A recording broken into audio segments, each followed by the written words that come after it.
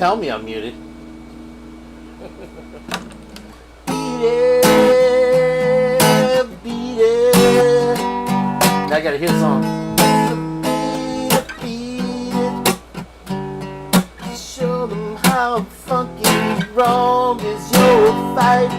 It doesn't matter who's wrong or right. Just beat it. Just beat it. Tax Max, Thunderclap is in the house. Yeah, he's probably sounded better when I was muted.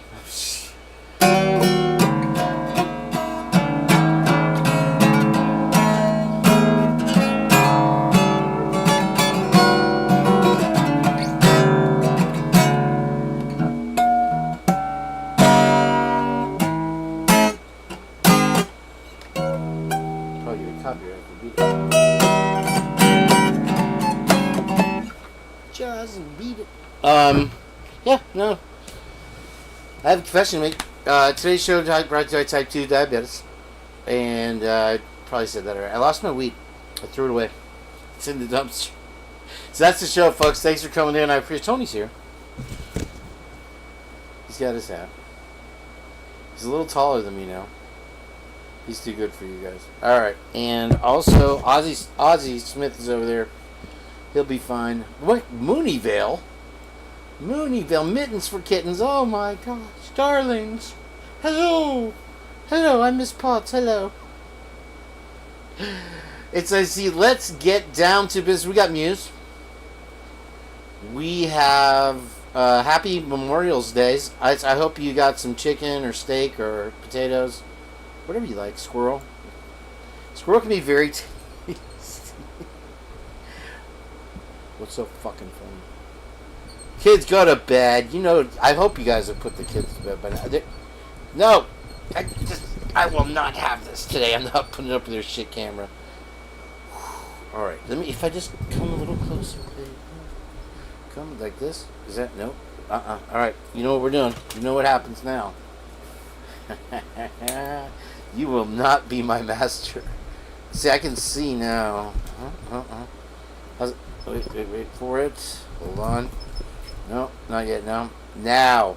Kane's happy. Alright. Can you hear me? Okay. Is my audio alright? Alright, we're going to get right into it. Oh, this is a good one. I'm glad you're all here to witness this live firsthand, as they say. Let me get my shit together, so to speak. Kids go to bed. Okay, I don't see JJ back there yet. We have this. Not that. You know you want that, but I'm not going to give it to you. Can you hear me? Okay, yeah. Okay, let's see here. This is a first run. What's the date today? This is it. Okay, I got it. It's okay. Relax, Meg P. Relax. It's going to be fine. I promise. You know, we've had nothing. Hold on, it's already started without me. It hasn't rained. It's raining inland. It's raining inland, like literally. Right now, I can't. My window's so dirty from the hurricane stuff. And my air conditioner's on, and it's not coming off today. It's never. Get ready. Hurricane season's here. It's hot. I'm cranky. I'm tired. I worked hard in school all day. And I want you guys here. I'm glad you're here. Thank you for coming in. And let's get, okay. We got this thing and that thing and the other. I have the wrong thing covered up, if you don't. So, yeah, no, Rockford's got some chicken on the grill today. And I forego that for you folks because I love doing this show. And I love you guys. So, I know everybody says that, but this is going to be the best purge that there has ever been. I promise you that. And we are right there. And I want to thank Post Woke on this show. She, you know, if you guys didn't know, I got a confession to make. Post Woke is my sister. I'm your sister. No, there's this other creator out there, and I think you know who I'm talking about, that accuses me of she's being my sister. Hey, it's for some reason that's a bad thing. I mean, that would be cool. Post Woke's really cool. We got a great little segment today from Posty Wokey. We're going to enjoy together. But first, let's get the dogs. Dogs! Arf! Arf! Arf! Arf! Does that get your attention? Did that work? Kick! Kick, boy! Kick! Alright. Let's see. I got no one wants to be defeated. Let's see if AI can identify that song. And then the chat replay will be gone on this one too. Oh my gosh. I love it. As long as I can keep JJ censored enough tonight, we'll be fine. Don't worry. Okay, I keep doing the right thing, and it's not... Okay, I know I'm doing wrong. It's not you. It's me. You know where this is going, guys. First off, I want to thank Meg P for being here. She's always here, and I never thank her. It's Memorial Day. Here's the thing about Florida. We don't really celebrate changing of the seasons, because there's, like, tolerable, and then there's, like, oppressively hot. So it's like you just kind of blend. Fortunately, the last couple of years, we've just kind of blended into that whole business, you know. Give us a second. There it is. Other years, it just stays hot, even through winter. But this has been a very nice winter, and I'll give the weather credit and post woke. Don't forget that. So let's see if the audio works. I bet you it's muted. Oh, such a rough life. Settle in, folks. It's a good one. What? You need your treats in there? Something?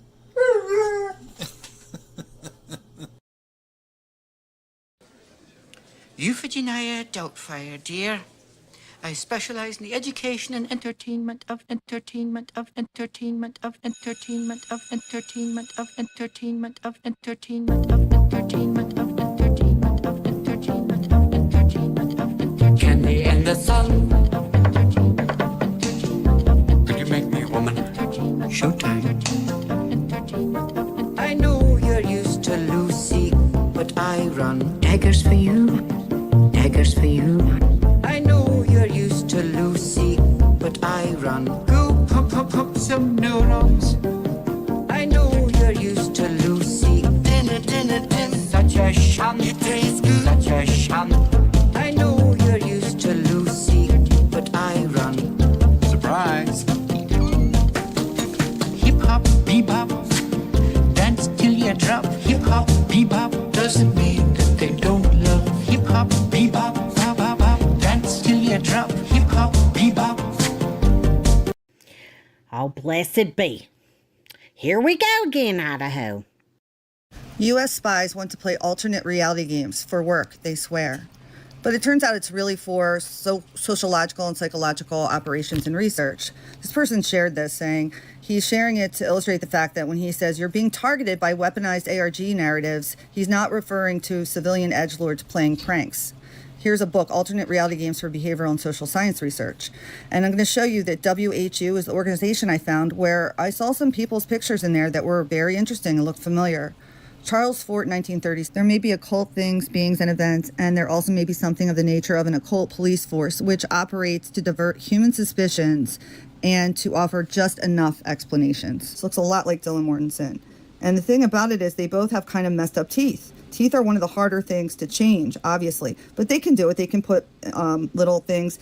You can change your appearance so easily just by like putting something under your lip and then putting clips inside the nasal cavity to make your nose appear a little different. It's not hard to do that. It's really not hard to do that.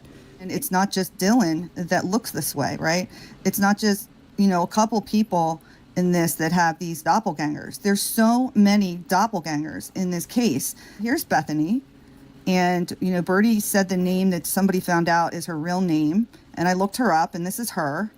And it immediately reminded me of another picture I'd found quite a while ago of this person who is connected to a organization that does studies on psychological operations. See how different Bethany can look when her hair is a little darker. Here's Bethany with glasses, so we know she wears them. And then she's giving this interesting symbol with her hands, and I don't know where she is. And here you can see, lining them up, they have the same chin dimple. Brett Payne. Guess what? He's a veteran of the United States Army Airborne 82nd Division. Just like Brent Capacu, who was murdered 7 miles away from where Brett Payne lives and works. And here's Coomer Green, a member of the 82nd Airborne. You'll notice a lot of military connections, and I'll be pointing more of them out. But many, many people in this case are in the military. So what do you think the mathematical probability is that Brett Payne personally knows Brent Capacu? I'd say it's a pretty high probability those two know each other.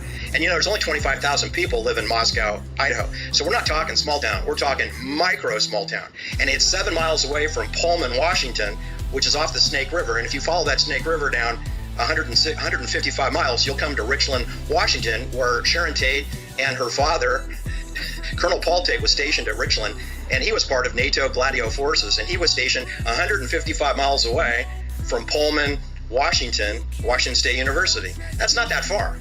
Okay, and look, it's even closer if you headed up to Flathead Valley and Flathead Lake, Montana, near Whitefish. That is a super high concentration of military intelligence, and CI operatives have summer homes in Whitefish, Montana, Flat Lake Valley, Glacier National Park, Big Mountain. That's about 160 miles away from this murder scene and the murder of Brett Capacu. See, so I've got the chief of police, who, by the way, has 2 years experience with the police. In 2020, Brett Payne won Rookie of the Year in his first year of being involved with the police in the city of Moscow, which, again, I'm telling you, is a micro small town. So he has no experience in homicides. They haven't had a homicide in this town since 2015. So this is the very first homicide that they've had in 7 years. Gonzalez, special agent. I'm with the FBI. Do you have a second?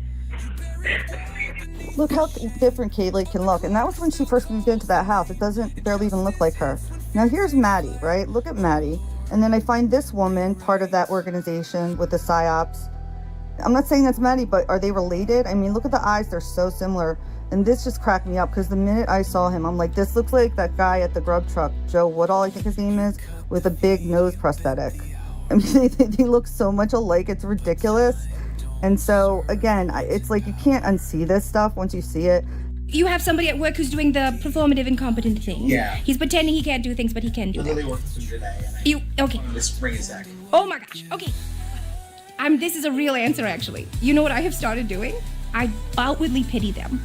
So if they go, oh, I don't know how to do that, I go, oh, you don't know how? Oh, I can show you.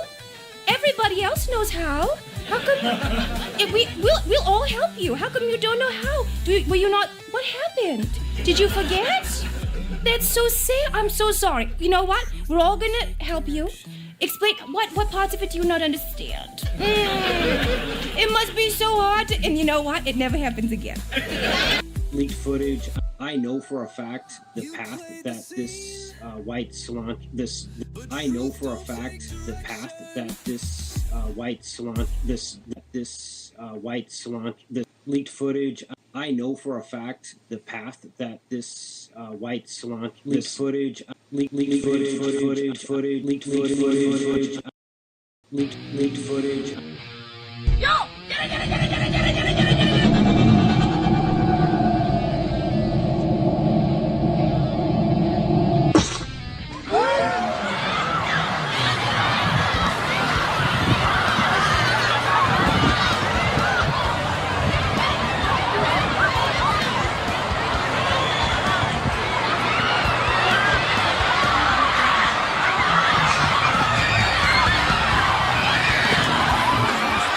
Do you have pants or something that you can put on? Well, ma'am, pull that down. All right. Okay. I didn't ask you to do that. All right. Okay. Do you have pants that you can put on? No. Okay. Sorry. All right. Good to go. Move your hair out of your face for me. The hair that's literally in your eyes. Okay. Pull it down. There you go. All right. All right. Don't move your head. Keep your head just right where it's at right now. All right. Can you just slip your cuffs? All right. Listen to me. You're about to catch another charge. You understand? Step out. You're pushing my nerves. Step out. Step out. I'm stepping out. Turn around. Yeah, turn around. What did I do? You flipped your cuffs. That's what you did. We're the same family that found the original landlines. We're the same family that broke into the phones. We tried everything in our ability to try to get into this system because a court order is not the fastest thing. So we broke in and we did what we did. We know that we have some family passwords that we all share. So we broke in and we helped them. Your iPhone won't let you talk about Dave & Buster's. What does that even mean? If you mention Dave & Buster's in a voice message, the message won't send through. It's the craziest I'm gonna say thing. Open your messages and go to our text. Your iPhone won't let you talk about Dave & Buster's. What does that even mean? If you mention Dave & Buster's in a voice message, the message won't send through. It's the craziest I'm gonna say thing. Open your messages and go to our text thread. I'm there. Send me a voice memo and make sure you say Dave & Buster's within the voice message. Zach, let's go to Dave & Buster's tonight. So it sends through to you. Brian, I have perfect service down here. I just sent it now. I'll never get that text. What? It's crazy. Is that real? I'm not joking. This is our text thread. I will never get that I'm doing text. another test. Zach, let's go to Applebee's tonight. That's crazy. Applebee's is fine. I'm but trying it again. Dave & Buster's. Dave & Buster's. It says I'm typing on your phone. Yeah, but I'll never get that text. How?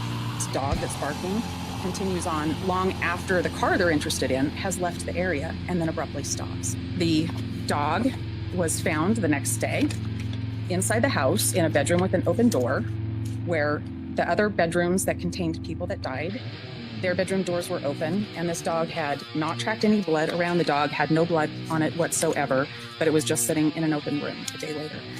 This dog that's barking continues on long after the car they're interested in has left.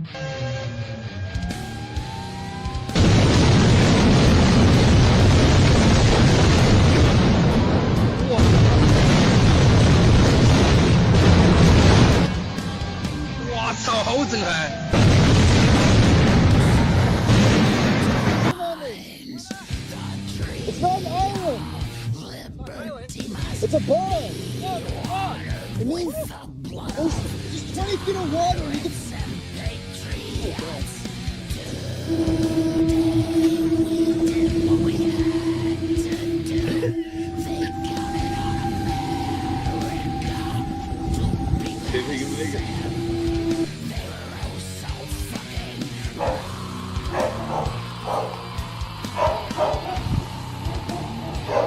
Hey.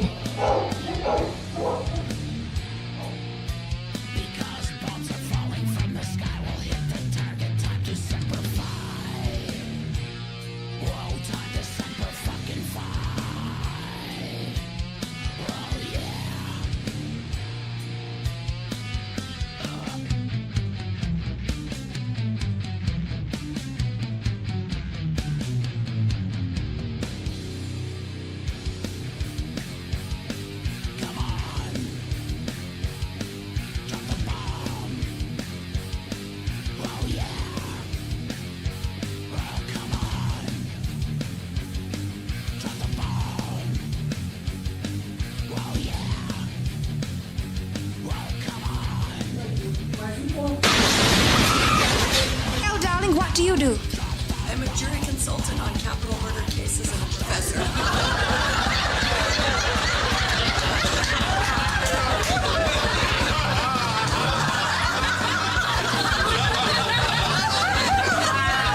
Your title had too many words for a Sunday.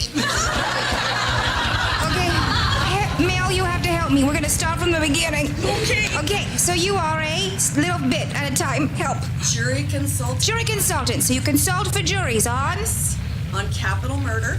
capital. What's a capital murder? You just murder with the big letters?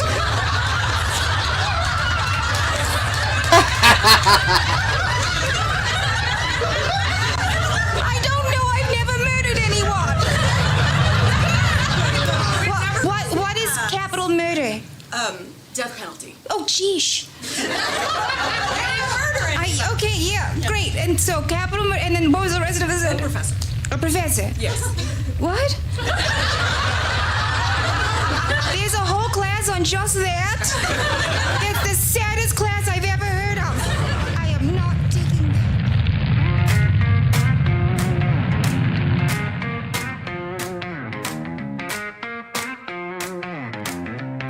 Yo. KB! Is that the name you claim? Rolling through genres, let me play this game.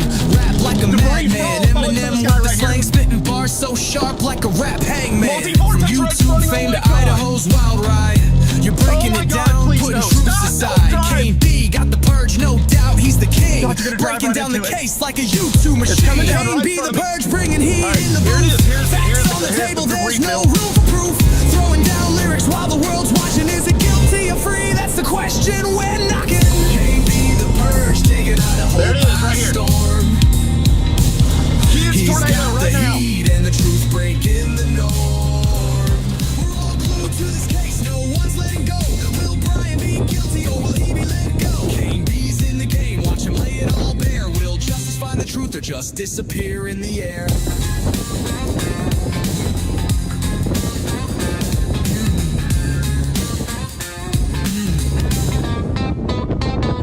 Here's my bubblegum pop, you ready or not? Kane B's in the mix with the case so hot. Rap, rock, pop, he's switching it up. Dancing through the genres like a YouTube cup. Got Kane B, the purge, putting the story in flow. Breaking it down with humor, watch the case blow. Boom, Kane B's riding with electric groove. Breaking it down, yeah, he's on the move. He's got the purge, so come and watch him reign. Sipping on knowledge like it's truth on a train. Kane B the purge, taking Idaho by storm. He's got the heat and the truth breaking the norm. We're all glued to this case, no one's let go. Will Brian be guilty or will he be let go? Kane B's in the game, watch him lay it all bare. Will justice find the truth or just disappear in the air? Now here I am, R&B vibes on deck. Let's get a little smooth, but don't forget I'm bringing humor, I'm bringing the sound. But this case got us all spinning round. KB with the truth, it's hard to ignore. Like waiting for that next chapter in the lore.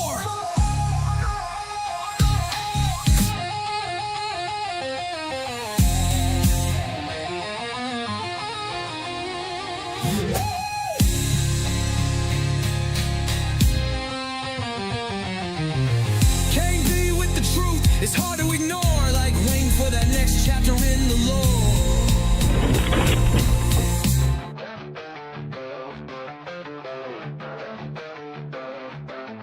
They're spinning these tales, but I'm fresh in the plan. Flamed in their searches, but I'm just a man. I'm not the fan creeping through the scene. Didn't wreck their shine, didn't kill the dream. They're stitching this case like it's made to fit, but I'm calling them out, none of it legit. No car, no loot, no trail to see.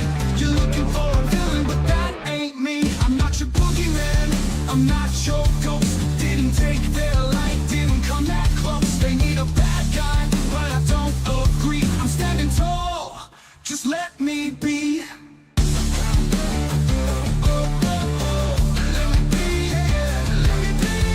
Twist up the story, but it still won't fly. You can't gauge the truth, so why even try?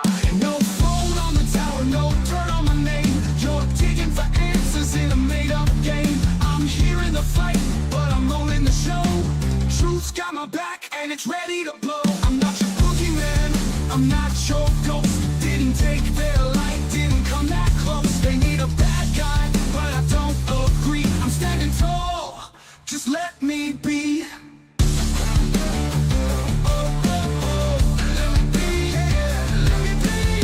Twist up the story, but it still won't fly. You can't gauge the truth, so why even try? No phone on the tower, no dirt on my name. You're digging for answers in a made-up game. I'm here in the fight, but I'm owning the show. Truth's got my back, and it's ready to blow. I'm not your boogeyman, I'm not your ghost. Didn't take their light, didn't come that close. They need a bad guy, but I don't agree. I'm standing tall, just let me be.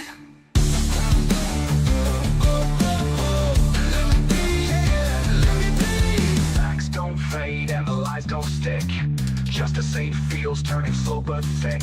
I'm rising above, no fear in my stride. Truth by my side, got nothing to hide. I'm not your boogeyman, I'm not your ghost. Didn't take their light, didn't come that close. They need a bad guy, but I don't agree. I'm standing tall.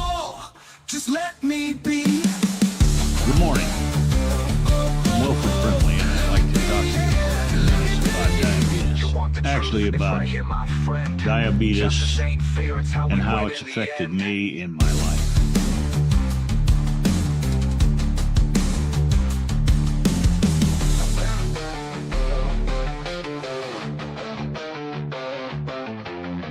You want the truth? It's right here, my friend. Justice ain't fear, it's how we win in the end. Woo! You know, I hadn't had a chance to see that myself. So, am I muted? Can you hear me? Oh, such a rough life. Oh, man. How'd you like that post-woke part, huh? Yeah, little post-woke research girl. So yeah, type 2 diabetes. I got a confession. I got two confessions. First is a rant. The first thing is a rant. I'm going to tell you right now, the Purge ain't happy. And the Purge is purging. So first, where's it? Come on. Really? Alright, here. I bought this thing. You can't see it because it's black. Okay, it's a magnet. And it goes on the back of the phone. See here? And I have this, and I have that. And it goes on. The thing you see here? You see? Hold on, I know you can see. Hold on. Fuck this effect. I hate this. Why do you guys make me use this? They're like, do a better show and have a green screen, is what Meg says. And I'm like, no, Meg. People get the diabetes and epilepsy and shit. And see that they're trying to shut me down. Do you see what happens right when I talk about their faulty products? And here's the other nipple. It's like a big giant pepperoni nipple over here. Broke. So, but as ingenuitive and crafty as Kane is, Kane will fix. Kane has, I don't know if I should use epoxy, because all it is just a little rubber part, just needs to go back on, and you can see the little pieces, if this thing would focus ever. Rockford, it's all your fault. You know what I'm talking about. It broke the plastic, because I just jostled it around, and I know Rockford's probably like, yeah, well, mine still works. Well, I've put, you guys don't even know. It ain't easy to be human. I can't lose these parts. So. Can't fix it. That's the biggest problem I've had with doing repairs. Is I'll lose the pieces. I'll be like, yep, just a couple screws missing on that one. Some leftover parts over here. Nothing to see here.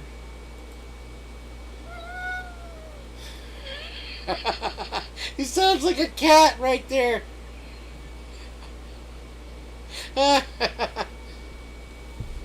Tough crowd, I tell you. Hey, it's a big room. I walked in and I said, wow, what a big room. Get out of here, you guys. I don't know. This dog is silly. Oh, such a rough life. Every time I do that, Pitbull kicks Heather in the back. Why do you think I get such a kick out of it? She likes to see me fail. I like to see her get kicked in the back. Oh, such a rough life. Is that a problem? I can't even see the chat right now, for God's sake. Oh, is my audio okay? The spots. I'm going to give you the night off, unless you really want to join me and JJ today. If you think you're man enough. Let me take a poll. Should Miss Potts come on the show? You know? Euphigenia Doubtfire. Nothing like playing this song for Heather twice also. She was about to cuss me out, and then it ended, which I loved that. Oh, you thought I missed that? Okay, so the second confession, and I'm being real with you guys. Are we purging? What's going on here? Are we purging? I don't know. How'd you like give me a 1752,008 in the chat if you enjoyed the reel today. I literally, that's why I kept pushing off the show, because Heather kept texting me, look, I just solved the case again. I'm like, you didn't solve shit. I don't see JJ back there yet. I'll make it accessible for him, though, and make sure that my mic doesn't get all weird. See? Did it get all weird? Heather? Don't laugh at me. Alright, so the first, let's go to Muse. Beep, beep, beep, beep, beep, beep, beep, beep. First is Muse. Get rid of this stupid music player. That was a fun. I haven't seen it yet. Here's my second question. And I won't dox Heather. I could tell you her address. Her real name is Heather Mosier. And she lives on Linda Lane. Why do you think she's so into this case, you guys? She lives on Drury Lane. So I had to go dumpster. I told you what happened. I'm completely honest with you. I don't care as much. Oh, come on, JJ. And so, look, recovery found. I showed you without showing you. Oh, I just showed you. Fuck. Alright, anyway. That was a lot better than going back over there and asking the guy. Hey, man. I threw it in the trash, bro, with the M&M wrappers. And then I threw it in the dumpster, bro. And I'm not going in the dumpster. So it was better to go. And it was a kind of a pleasant experience. I just took my broom over there and I handled it. Get it? Tough crowd. Alright, we're going to do this. I have to keep it in the M&M's case, nice and tucked, cozy and safe.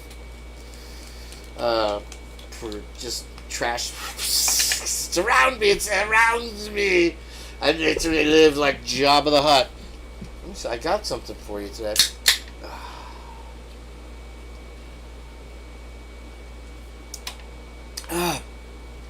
Pink Drink, today's sponsor. The big reveal here today. And this is not Cosmic Peach. This is... Oh. Does anybody remember Marietta Rosa? This is Ultra Rosa. Who remembers her? I even put the Thought Riot thing in there. I'm surprised I don't get more people hitting 1,752,000. That's 1,752,000, by the way. 1,000. A million. I used to be good at math. So I have that. Take that. JJ's here. Jenn's coming. She promised. And she does not break a Memorial Day promise. Because I have goons that I will see. Alright, beautiful people. We're having a wonderful Memorial Day. Doug, Liz, Outlaw, thank you for your service, sir. Also, JJ Vance and Heather Fitzgerald. She was a Navy seaman. And let's have a moment just to remember all of the men since the Revolutionary War. Many of them, JJ Vance's ancestors. Let's have a moment of silence.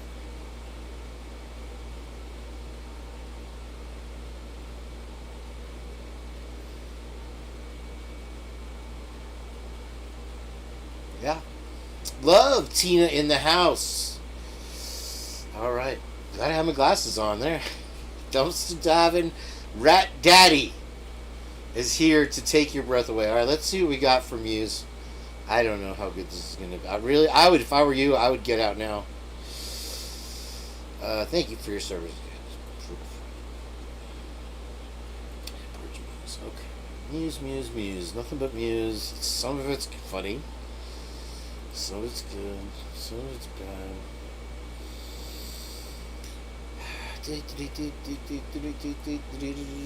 Purge. Let me take this one off here. I cannot read with these glasses on. They're all fogged up. Tony's here. Twiz is watching. Wow, that's weird because I'm used to watching myself, and then I was looking in reality. I should have been gone to the dumpster, huh? Mittens for kittens. Where are we? Who am I? All right. I have these in some kind of order that I'm supposed to play them in. And my producer, Heather Fitzgerald, or otherwise known as Lucy Morningstar, I told her that it's not real until she legally changes her legal name, Heather Fitzgerald, to Lucy Morningstar. Then I'll laugh.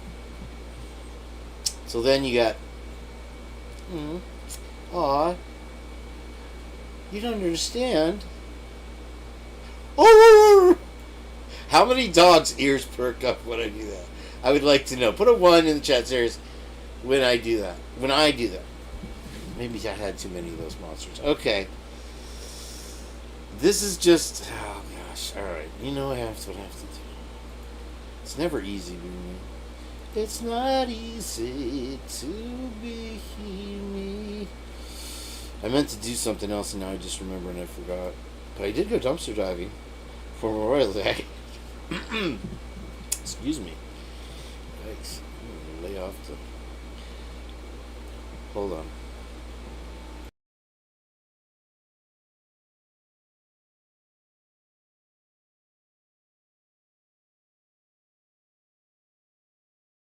No, Heather, nobody even said you were crazy. What is she on about? I didn't even ask them. Nobody said you were crazy. I'm not crazy. I mean, I'm just saying. I'm the crazy one. Many of them, J.J. Vance's ancestors, if you guys did not know, he has 60 degrees of relation, whereas opposed we have separation levels. Let's see, just a reminder. DM saved a new contact, and 28 minutes later, this is where Rockford gets bored and changes the channel, by the way. Not the other way around. And later, Bethany contacted Dylan, not the other way around. DM saved a new contact. I don't know what reality I'm in. Unless this record is not accurate record of who contacted and other. And when... I'm AI today, by the way. There's a lot of AI going on. I didn't even get to see my AI, you guys. I want to play my reel again. And JJ needs 7 more minutes. Can I play my reel again? Okay, I'm going to put that in as for a quiz. I hope you guys studied. Can I play my reel again?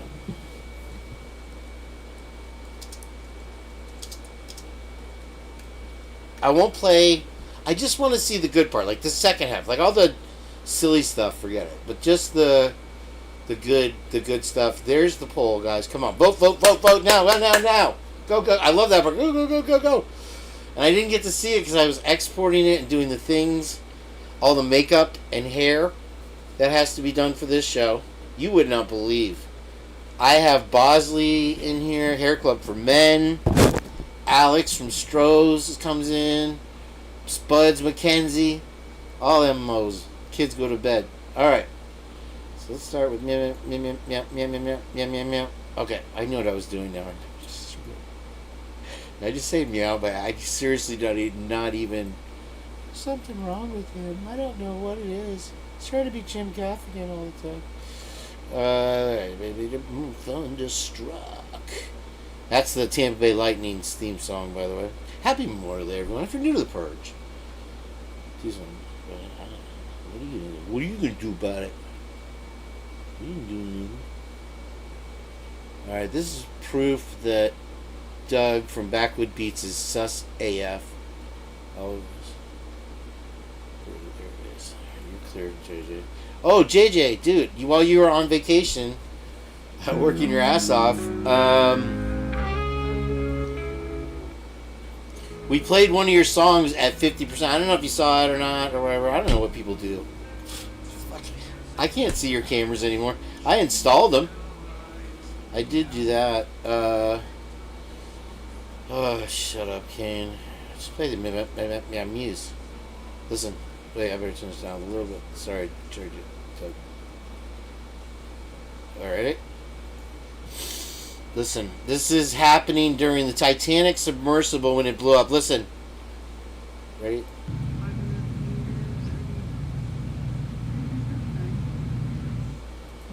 Well, you didn't have to listen because there it was in text again. That's all I got to say about that. Mama said there was magic shows tonight. And I can only hope that the police also know how valuable that is. Those Goncalves girls follow true crime. This isn't interview with James Lynn. Why is my audio not working? Is it really quiet? What? It's weird.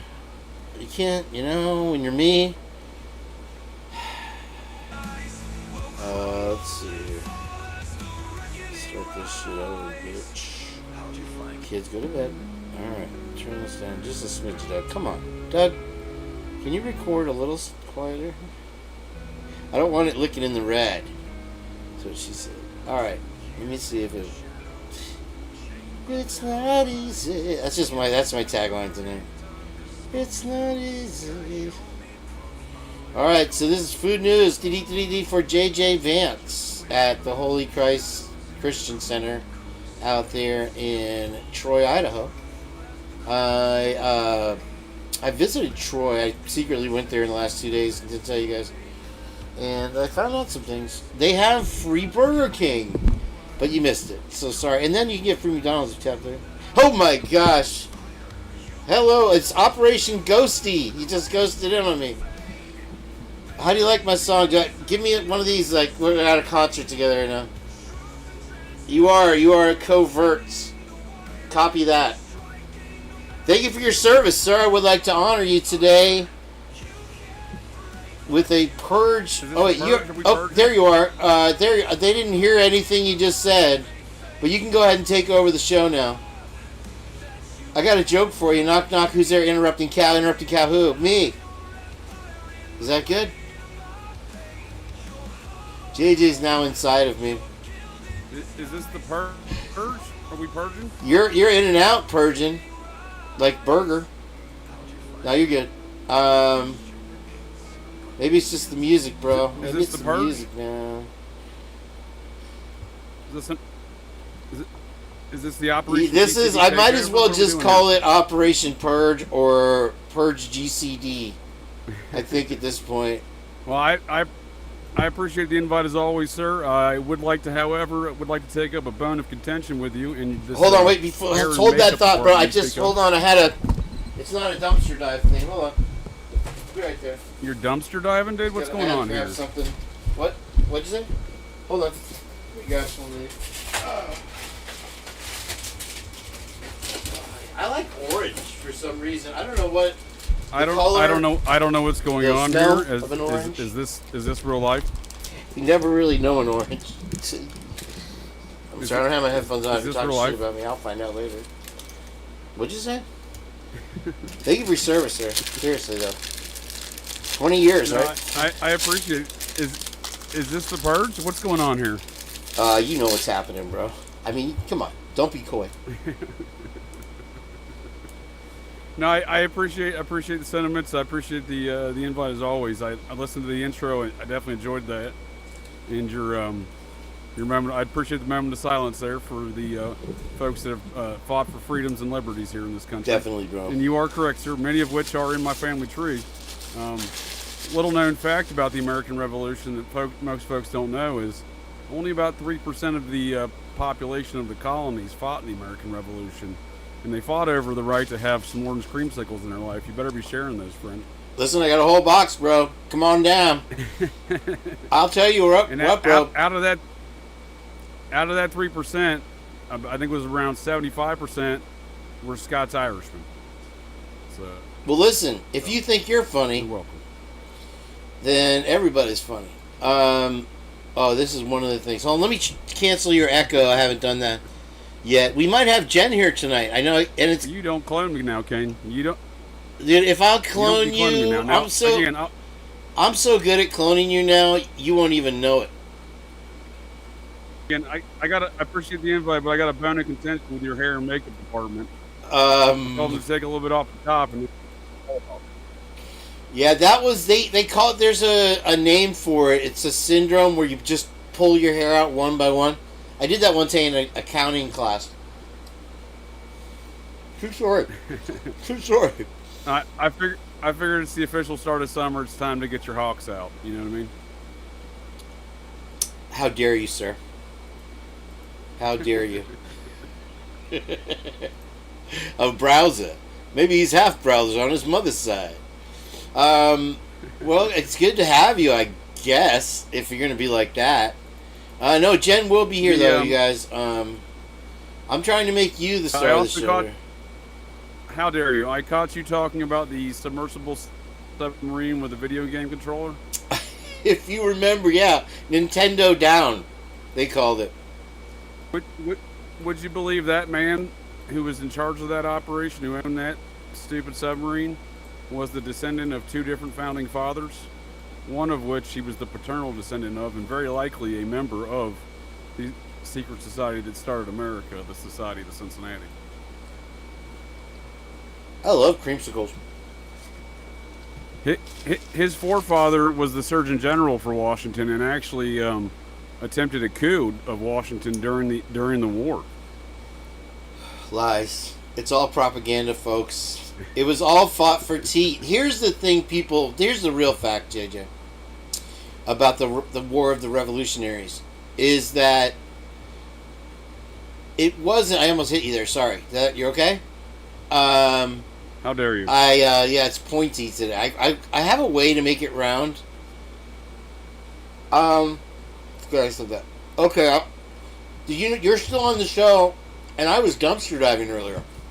I'm sure you overheard that. I heard that.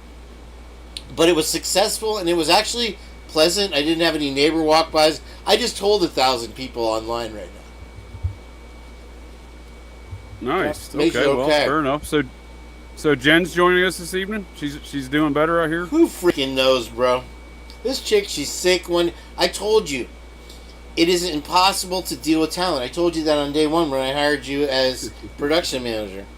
Yeah, I'm easy to go by. I just need a couple of hula burgers and some coffee.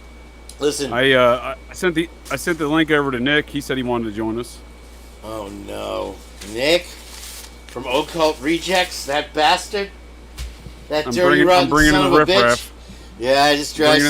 See what the soldier dragged in, the master sergeant here. Happy Memorial Day, everybody! If you're new to the OCD Purge, then must you do things the Shaggy way? Should I go back? I like it better when I'm epileptic and you're normal. Is there a filter that you can add to make yourself epileptic at all? Here's the deal. I caught you plotting in the intro about Colonel Paul Tate. What's that about? What do you got there? Oh, do you want me? Do I have to play it again? Did you not understand? That lady's funny, dude. That was a good clip I came across. That was one of this. I caught it. Still, the part I didn't catch. I got to go back and listen to what base that guy was talking about that Tate was stationed at, because I know Tate was stationed at McCord, or not McCord. That's the Air Force Base. Fort Lewis. Now it's now Lewis McCord. It's in Tacoma. Lewiston. Seattle. Lewiston. He was there in the 50s. Yeah. I don't know where he was, though. That dude was talking about 150 miles up the Snake River. That dude was fucking AI. I mean, it's like, after that, I had to cut the clip from Post Woke Show because he's like, Brent Kopachik is from the same unit as, okay, wait, I can play the reel again, JJ. It looks like we had 24 votes are in. What? And we'll give it another few minutes. He's not wrong that they're from the same unit, but what he fails to mention is they're from the precise same element of the 82nd Airborne. Oh, have we done a factoid on that?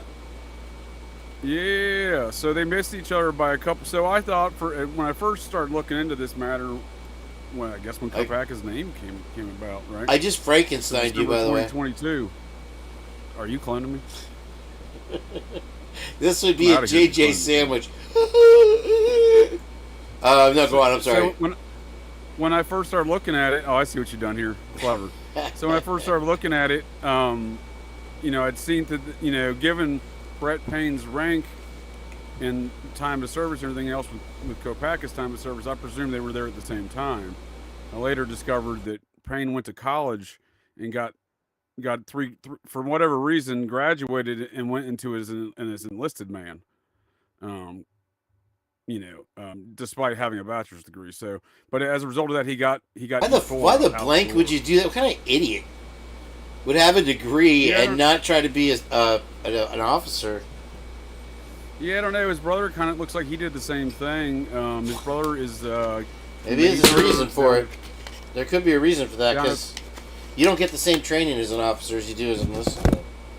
Well, they just took a different route. I mean, I don't know why they did it. You know, I try to take a similar route, I suppose, because I went to officer training school in the Army, Reserves, and the National Guard Army component of the Reserves.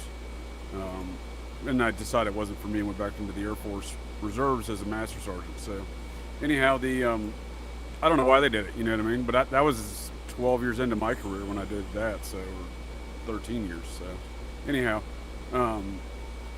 Nonetheless, Brett Payne's older brother also went the same kind of route. He's a major at Fort Benning in the Special Forces down there today. And then, so Payne went into the paratroopers for 3 years, but then he got out.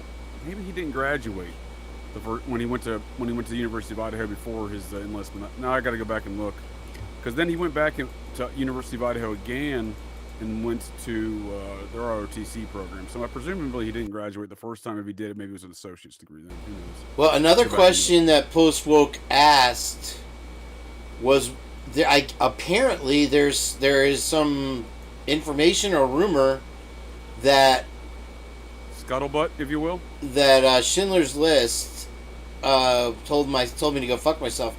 Kids, go to bed. That Koberger wanted to be an Army Ranger, and she's like, yeah, there's no proof that he ever was or wasn't. We've never been told. It doesn't seem that would have fit into his life so far as a young man. Maybe, though. Yeah, he's 28 doing PhD, as opposed to somebody who graduated at 18, 4, 22, 2, 24, 26. You're done 27 with your PhD. 4, 9, 7, 17, 42. That's how Kane math goes. 27, you would graduate with your PhD typically. 28, you would already graduate. So look, it's possible. I mean, Tiger Woods decided to leave golf and tried out for the Navy SEALs at the age of, I think, 30. So, look, anything's possible. But what we do know here is that Brett Payne would later go to ROTC, become a military police, an officer in the U.S. Army, in charge of military police units. For the next 10 years before he came about to Moscow. I believe it was 8 to 10 years there. So, and I believe today he's still in the reserves as a major in the military police. All right, listen, hold on. You're here. You're down here, and I need buddy. you up here. This is the purge. I'm gonna need you to start purging. I'm gonna have to censor you now. That's it. No, so going back and looking at it, so Payne and Kopeka do miss each other there at Fort Bragg in the paratroopers. But the important note is that they're part of. It's not just there's thousands of paratroopers there, right? So, but they're part of the same element of paratroopers. They're in I think it's the 4th Brigade. I mean, I'll look it up here, but they're literally within an element of about 60 paratroopers. It seems they miss each other by a couple years, but there's no doubt they're part of the same community and know the same folks. Well, I thought the Tate thing was interesting also as well. I don't know if somebody just, like I said, that guy talking was AI. And so somebody might have just typed in like our whole show and then be like, here, this is the internet. This is out there. That's interesting. It's very possible. Listening to it. I wasn't watching. That was AI, huh? Oh, yeah. Yeah, definitely. We can watch it again later. I got approval. Here on next break. Listen, I've given you 6 hula burgers and a whole pot of coffee today. I don't know what you're bucking for there, young man. But you're ODing me, friend. You're ODing me on this stuff. And I haven't even finished my creepsicle. Paul Tate's an interesting character, right? Considering we're talking the Gooch factor. Ah, yes, the Gooch. What's up with the Gooch, bro? What's been the Gooch been up to? What is up with the Gooch? Because what she doing right now? She's working cold cases, man. She's deep into a lot of this Othram Labs DNA business. Vicky Gooch. Is it Vincendo or Vicky or Pan? I believe it's Pam. It's the silent D. Pam. Ketchup and onions. Yeah, she's so hot right now, the Gooch. Really catching fire. She's in a pseudo-retired status, or pseudo-retarded status, if you will. And she's teaching classes at high school, colleges, murder mystery courses at your local library. and she's also doing JJ censor moment. The hard R, bro. We discussed this. Retired? Okay, I'm sorry. I know they got their own organization, but yeah, just the hard R, bro. Just for me, because I'm on the spectrum. I'll give you a spectrum here, buddy. So you know what I mean? Like she's still involved in stuff despite being quote unquote hard R. Good. I like it. Well, I see what you did there. Comedy doesn't write itself. I told you, it takes 3 hours just to say hi to everybody, which I haven't done. Thanos is in the house. Thanos has something for us tonight. Also, isn't that right, Thanos? That's going to blow your mind holes. So thank you for being here, Thanos. The Galactic Overlord? Tax Max Thunderclap. I don't know who would win in a fight. I keep trying to envision it. Who would win in a fight between Thanos and Tax Max Thunderclap? You get Too Fast for Fleas in there, and he's like the Flash. So anything can happen. We let JJ down. JJ down. You became a book, JJ. JJ down. Where'd you go? I'm stuck. Can you get my head out of this gold? I got an updated Gooch. I got an updated Gooch cover. Oh. Is this Gucci? Yeah, the Princess of Darkness, Lucy Morningstar, requested a Gooch with the balaclava, since she's the one who helps develop the whole balaclava tale there with Dylan Mortensen. She's responsible for that interview, so I gave it a Gooch balaclava. It's not a full balaclava, but it's the Gooch factor balaclava, so it's going to be a little hard, if you know what I mean. Oh, Gucci goo. Gucci goo. That is amazing, Jay. Great work. One extra hula burger for you. Thank you, sir. And well played. Again, that was inspired by the Princess of Darkness herself. You're gonna have to go dumpster diving for it, though. Because if it's good for the. Anyway. Can you hear me? Apparently, my sound's a little low. I'm reading in the chat. Yeah, it is. I told you you're down here, and if I raise you, no, here, just keep where you are. Right? Don't change a thing. I'm not moving anywhere, buddy. What are you talking about? I'm sorry about that, guys. It's sometimes JJ can be a little excited, and no, it's good now. Okay, so I boosted you up. Boost it. I want to know when, where, what, and how. Yep. That the Gooch. Same here, buddy. Same Gooched the Gooch, because if we never see those interviews with Dylan Mortensen, can we pretty much guess what's in them? What do you mean? I mean, I guess we really can't. How they went, how that whole thing played out. I'm confused by your line of questioning, sir. I'm going to continue to act dumb until I figure out where you're going with this. Well, I mean, we know that they more or less wrote the whole thing. Right, Murder, She Wrote. She teaches mystery writer courses. You know where we need to go? Mystery Science Theater 3000. That's what exactly this show is. Well, Vicky Gooch teaches Mystery Murder Reality 1000 at the local library. I see you're catching on. You're catching on quick. It was all in my reel. Do you see why I used Murder, She Wrote? Do you see why I used this Murder, She Wrote? All in my reel. Now, people don't get the Murder, She Wrote analogy for the Gooch. Because here's the thing about Murder, She Wrote. Is this Angela Lansbury goes from town to town. She's always on vacation going somewhere. And somehow, the plot for her next book becomes reality. And somebody gets unalived. Kids go to bed because Angela's in town. And then, conveniently, Angela solves the unaliving while she's there, still within the 1 hour time lot is allotted. And so that is why Murder, She Wrote, thank you, JJ, has a balaclava, right? Oh, you cut out. You were talking about Angela Lansbury solvent stuff? Solvent. Angela Lansbury solvent. Please buy some at your local Winn-Dixie. Not solvent, solvin. Did I really cut out? How bad did I cut out? I lost at least 10 seconds there. Come on, bro. You're really pulling my gangs. And I don't know where you cut out, but you see where I'm using this fine Muppet artwork then, right? Is Murder, She Wrote? Yeah, because she solves the crime because she's the killer. Well, that's part of it. It's just kind of funny in that regard. But literally, in this case, we have this ISP detective, Victoria Gooch, who's kind of writing the narrative, right, as far as how this murder went, right, with the balaclava business and stuff like that. She's the one later doing the IGG investigation, so she's key in this whole business. But what I'm saying is she teaches mystery murder fiction courses at the library, has since 2012.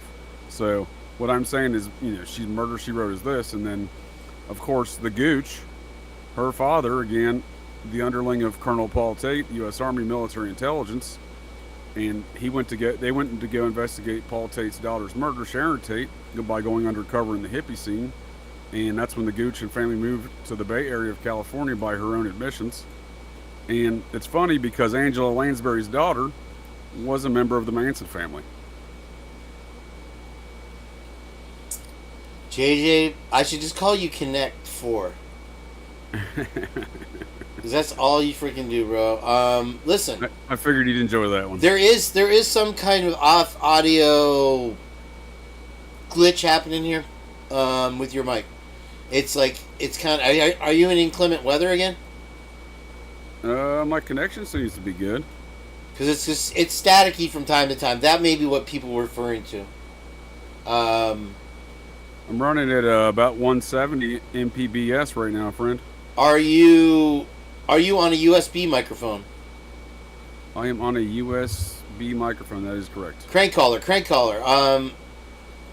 Then maybe unplug it and plug it back in. If you can, if possible. Just that may be what they were talking about in the chat. I did not see. Oh man, my odds of playing the reel went down. Who else voted? Now we got 32 votes up there. This is a close one. If you have not voted, please see the poll ahead, and we'll decide whether or not I can play that reel. I got to give JJ a break at some point. I've been riding him like a borrowed circus pony all week, and he has done show after show, and not to mention, he was also an Air Force Master Sergeant. And this is his day. But, I mean, it's not his day, technically.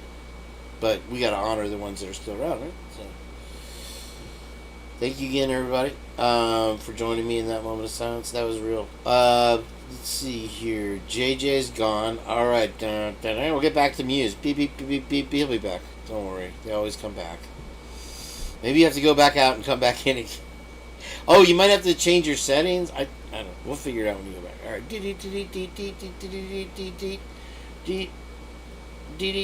What was the last thing I played? Over here.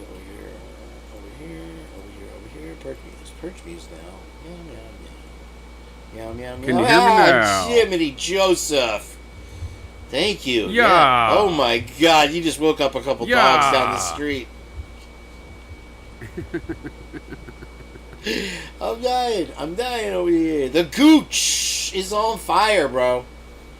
Yeah, the Gooch. And the more I think about these kind of process-related murders, right? And as much as I want to attribute a lot of tomfoolery, shenanigans, not the good kind of shenanigans, and malfeasance to the local law enforcement, because they clearly are scumbaggery. One of the elements that is kind of a key to one of these process-related crimes, these murders, is they always set somebody up, right? They always have somebody targeted in advance. And, and again, I don't like to really put much foreplanning and knowledge into what's going to transpire in these murders. I'm just saying, there's an element of this that does play into it. That is, relative to the Manson family murders and Paul Tate and the Gooch. They do always have someone set up. There's an infamous guy that no one's never heard of, probably the most prolific serial killer ever. His name is Edward Wayne Edwards. I like to call him kind of the general in these kind of matters. This network of homicidal maniacs that work within this work for what I usually describe as simply just the process. This guy was a heavy hitter, and he would always set folks up for murders. In fact, he even testified in a number of murder trials for folks he set up. He did this for 40 years before he basically gave himself up. So I think it was around 2005. There was a murder case out of Wisconsin from 1980, a Lover's Lane murder. That's important because that was that's what he preferred, was Lover's Lane murder. Like a Zodiac or a Berkowitz kind of thing. Yes, sir. In fact, there's a guy who wrote a whole book claiming that Edward Wayne Edwards was the Zodiac. So if you're familiar with the Zodiac, and he makes a strong argument, I think he misses the target. Was he the reporter? Was he the reporter guy that they said did it? No, that was Robert Graysmith, sir. This guy was a guy who's a retired was he the Falls, one? Montana police I'm sorry detective. to keep interrupting, but I have questions. Was he the one that his son said he did a deathbed confession that he was the Zodiac? Nope, that would be Gary Hodel, I believe. A different okay. So I was just testing to see if you knew all the names. This is I know the names. This is a guy you've never heard of, and a serial killer you've never heard of. So An American guy, though, right? American. America, yeah, it's the Memorial Day. Of course, it's America. We're talking about America. No, I just make okay. Well, no, because the most prolific serial killers that I've heard of were a guy in Brazil, an Argentina, and a guy in Russia. But you go on with your little story. Have you heard of Henry Lee Lucas? Never. No, new name. You've never heard of Henry Lee Lucas? Okay. Maybe I've read Serial Killer magazine. There is one, brother. You get Serial Killer Monthly. Okay, so he was the guy in the '90s when George Bush was the governor of Texas. George Bush was happy to fry, I think, a grandmother and a fellow who was on death row when he was a hard R fella who committed a murder when he was a teenager. Bush was happy to fry those folks on death row while he was governor, but he commuted the death sentence of one man, and that man's name was Henry Lee Lucas. Okay. Henry Lee Lucas was used prior to this date. That was the 90s. So like late 80s, he was used, mid 80s.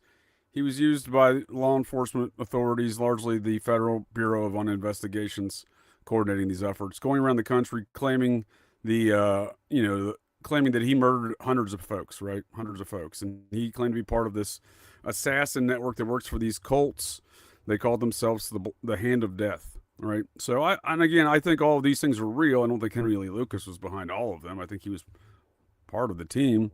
I think the general of that outfit was a man by the name of Edward Wayne Edwards. At the same time that Henry Lee Lucas is concocting these tales and being danced around America to claim ownership of all these murders, this man, Edward Wayne Edwards, is being he's getting out of prison on a 3.5-year stint on arson. So I think it's around 1986. I see right where you're going. I just saw the light right at the end of the tunnel. Go on. Yes, sir. So Henry Lee Lucas is a very much a confirmed serial killer. I mean, he confessed to. So what happens is he gets busted. No one knows where.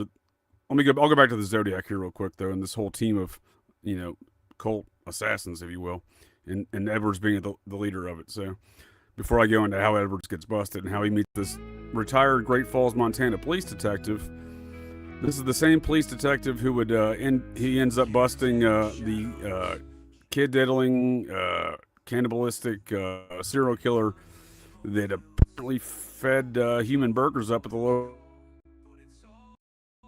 Hardee's that I may or may not have eaten circa 2000. Oh, no. This was the same lead detective on that case, ended up busting that guy. He would retire and go work for the Montana State Parole System, and then later get an FBI, notification to check your records for any kind of Lover's Lane murders in your district during these specific dates when this dude was in your area, right? So this was a whole report that was sent out that got him sent on this journey.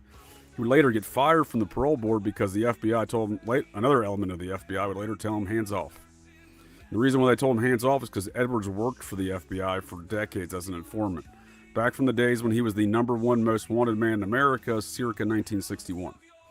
And that's important because if you recall the Zodiac killings at Lake Berryessa, he told the young couple there, Cecilia something, I can't think of her last name at the moment, and Brian something. I can't remember his last name at the moment. Anyway, Brian would survive. He ends up becoming an attorney, and so. JJ down. Yeah, You froze up there, bro. Sorry. but he recounts. Yeah, it's doing it again. Am I back? You're back now. It's just kind of So cutting in and out. Do you recall the the masked man at Lake Berryessa? Negative. For the Zodiac killings, you don't know the infamous hooded fellow with his circle cross? I know that from the FBI letters. That would be the only circle cross I could think of. That was his symbol, basically, right? Yeah. Yeah, I don't know, dude. I don't know why you keep cutting out. Maybe I got too many things going here. Yeah, you're like intermittent cutting out, bro. I don't know what's going on, man, because I'm running I'm running super fast on my end, comparatively speaking, to what I normally run. Let me turn Doug off. Can you hear me meow? Hang on. Where'd it go? Uh-oh.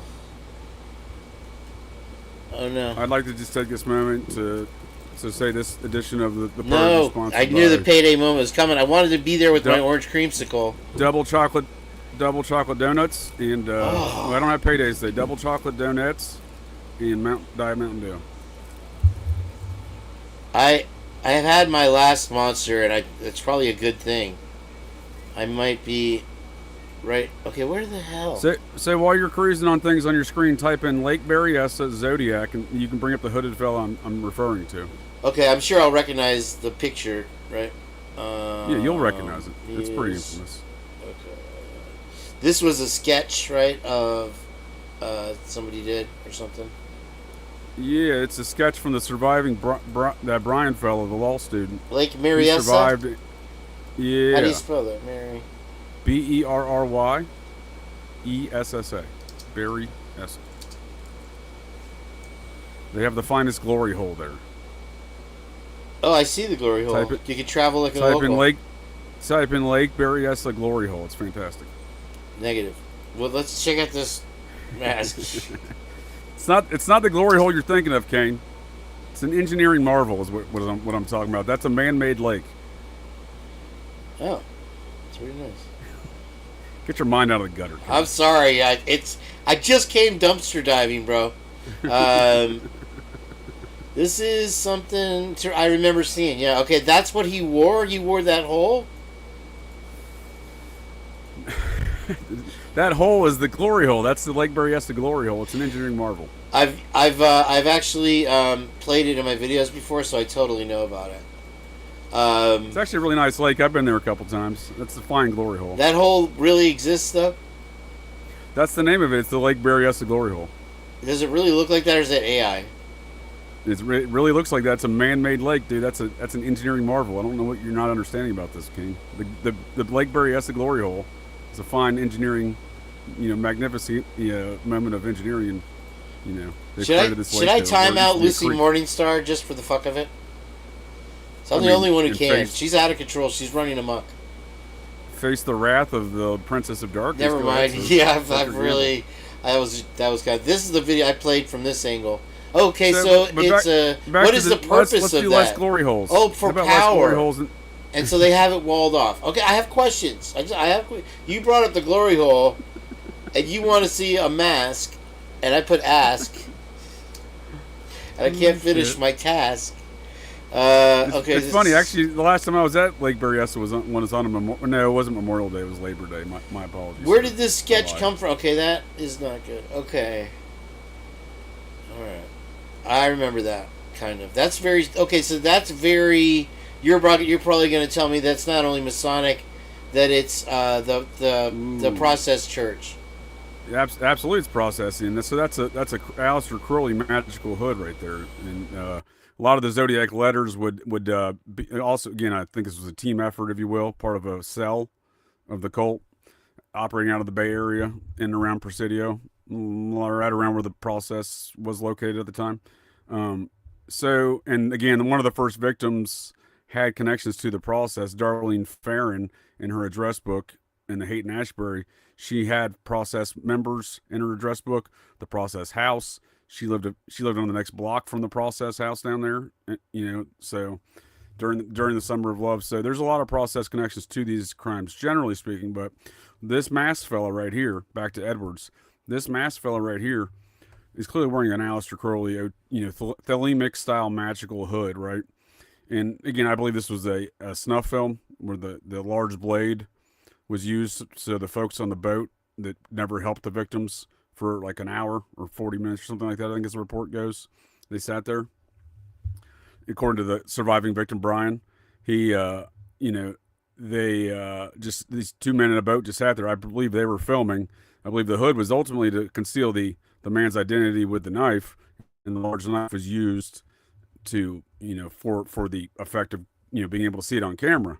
Because the guy also had a gun, and, he showed the victims it was loaded, etc. So it wasn't about making noise and etc. Because he hog time. He wanted them to scream, and that was also, I think, part of the snuff filming, which is a processing attribute as seen in the Son of Sam murders as well, with the Moskowitz murder there. But nonetheless, so the man in the hood there, he tells the victim, the surviving victim, recounts the tales, or the elements he tells him. I don't think the man expected this guy to survive. He got stabbed a lot, ends up crawling up to the roadway and ends up surviving. She dies on the way to the hospital. But the statements the hooded man told the surviving victim there was that he broke out of prison, the Red Lodge prison, the state prison in Montana, and that he murdered a prison guard, and that he stole a car and needed money because he was driving to Mexico, right? So that's what he told the man, right? Well, turns out this is August of 1969. Well, turns out Edward Wayne Edwards did all of those things. However, he did them in 1959. So it's strange that the detail again. So there's a lot more evidence that this retired Montana detective who wrote a book. It Was Me is the title of the book, and they did a Paramount series on it, where him and Wayne Edwards' biological grandson go investigate some of these kind of crimes that he says that Edwards committed. So, well, Edwards committed many like murders. a X-Files kind of thing or something. Yeah, I mean, kind of. It was like finding his roots, because it was Edward Wayne Edwards' biological grandson from his first marriage. So when he went to that state prison in 59, his first wife would leave him, right? And I believe she left him after he escaped from that prison and gets busted in Atlanta in 61 as the #1 most wanted dude on the FBI's most wanted list. And he was already only like 24 years old, I think, or 23. So he had previously joined the Marines when he was like 16 and got booted out because he had faked his birth certificate. He had spent his life in corrections facilities for the youth. In fact, he and Charles Manson were both at the Chillicothe Boys Reformatory together in Ohio, and they were also at Boys Town in Nebraska together. And Edward Wayne Edwards was institutionalized at the age of 5 when it seems like he murdered his mother. His mother died of a gunshot wound to the chest from a rifle or a shotgun. I don't remember which one. So seems like he started his killing really young, it seems, because his family then institutionalized him following that event. And again, he would live a life of crime. So when he gets out of prison in the 60s, he would again seemingly go on to be a cult murderer for many decades, beginning around the Zodiac times. But he clearly had a proclivity for these things. So he wrote a book called Metamorphosis of a Killer, and then published it himself under a fake publishing house, and would hire attorneys and stuff like that to conceal his efforts. But then traveled America on a national tour of radio stations and TV networks, where I presume his process connections got him more integrated into these matters. But he would purport to be this, like his book says, a changed man. And meanwhile, he's murdering people in all these towns. And again, this detective has done a good job at documenting those things. Now, this retired detective claims Edwards was responsible for, all sorts of other murders, which I think where he's off target is Edwards is kind of a general in this hand of death cult situation, as Henry Lee Lucas describes. And, these are team efforts. And while they share the hallmarks of Edwards' MO, which is, inserting himself into folks' lives, framing folks for these murders and stuff like that, and sending police on a wild goose hunt, essentially, right? And that was his MO. And again, that detective who wrote that book documented how Edwards testified in numerous court cases where he was clearly the murderer, right? So not only was he giving police the evidence, he was sometimes testifying against folks. So fast forward to 1980, he murdered some folks in Wisconsin. And fast forward to 2005, his daughter gets a knock on the door by those police in Wisconsin. And they said, look, we need a sample of your DNA, yada, yada, yada. You know, much like these IgG investigations go with this case, this one seemed to be like an honest IgG investigation. So it turns out that they ran that DNA not through CODIS, because, well, I'm sure they did, but it didn't get any hits because at that time in 2005, I think it was circa 2005, Edwards didn't have any history. He didn't have a criminal history. So he, somehow I think his daughter had DNA in the system or something like that. So they contact her, and want her to give another sample. They confirm that, I guess, against this sperm that was on the genes of the female victim at this Wisconsin Lovers Lane murder from 1980. And if you listen to it, part of the Zodiac letters describes that he gets his rocks off. And one of the letters he writes, he gets his rocks off by murdering folks. This woman was strangled, and it seems like he did get his rocks off because there was no sort of sexual assaults, but there was sperm left on the outside of her jeans, right? So it seems to be that Edwards was being correct when he wrote that, at least in that letter, right? Essay, by the way, and essay, then, please. So then they go question Edwards. JJ, if you're Sure, essay. my apologies, sir. Thank you. So then they go question Sorry. Edwards. I have to be a censor. Yeah, I got you. We're good. So then they go question Edwards, and he doesn't. We're good. I heard you. Yeah. And he doesn't admit to it at first, but then they come back like 4 months later. The police dude from Wisconsin. He's living in Louisville, Kentucky at the time. He's an old man. He's got diabetes. He didn't listen to Wilford Brimley, and he's on oxygen. Stuff like that. He's not doing well health wise. And then he admits to the murders from 1980, right? And then thinks he's going to get the death penalty. He wants to die, so and realizes that the death penalty in Wisconsin was not, instituted during the years of those crimes. It was instituted back later, or something like that. And so then he admits to 2 other Lovers Lanes murders. And being an old, I guess an old hard R, he didn't realize that those second murders that he admitted to also did not qualify him for the death penalty. So he does it again, and he admits to another Lovers Lane murders. Those also did not qualify him for the death penalty. But what we're showing here with these admittance of these murders is he's admitting to Lovers Lane's murders across multiple decades in multiple states. That much is confirmed. And then when he realizes he's still not getting the death penalty in these other states, he admits to the murder of a man he adopted. So in 1996 to run a insurance scam on the military. So there was this wayward fella. He was living in northern Ohio somewhere. Wayward fella. He befriended. He inserted himself into the man's life. Told him he would adopt him as he was like 19. Told him he was adopt him for whatever reason. Adopt a 19-year-old. And then he got the guy to join the army. And then after boot camp, he got him to go AWOL. And then while he was AWOL, he murdered him. And then got the insurance check of whatever it was, $200,000 or whatever. So he admits to that murder, and that one went down in 1996. So that one did qualify. He admitted to it? Penalty. Yeah, he wanted to get the death penalty. So after he admitted to the first 3 Lovers Lane murders, he didn't get the death penalty.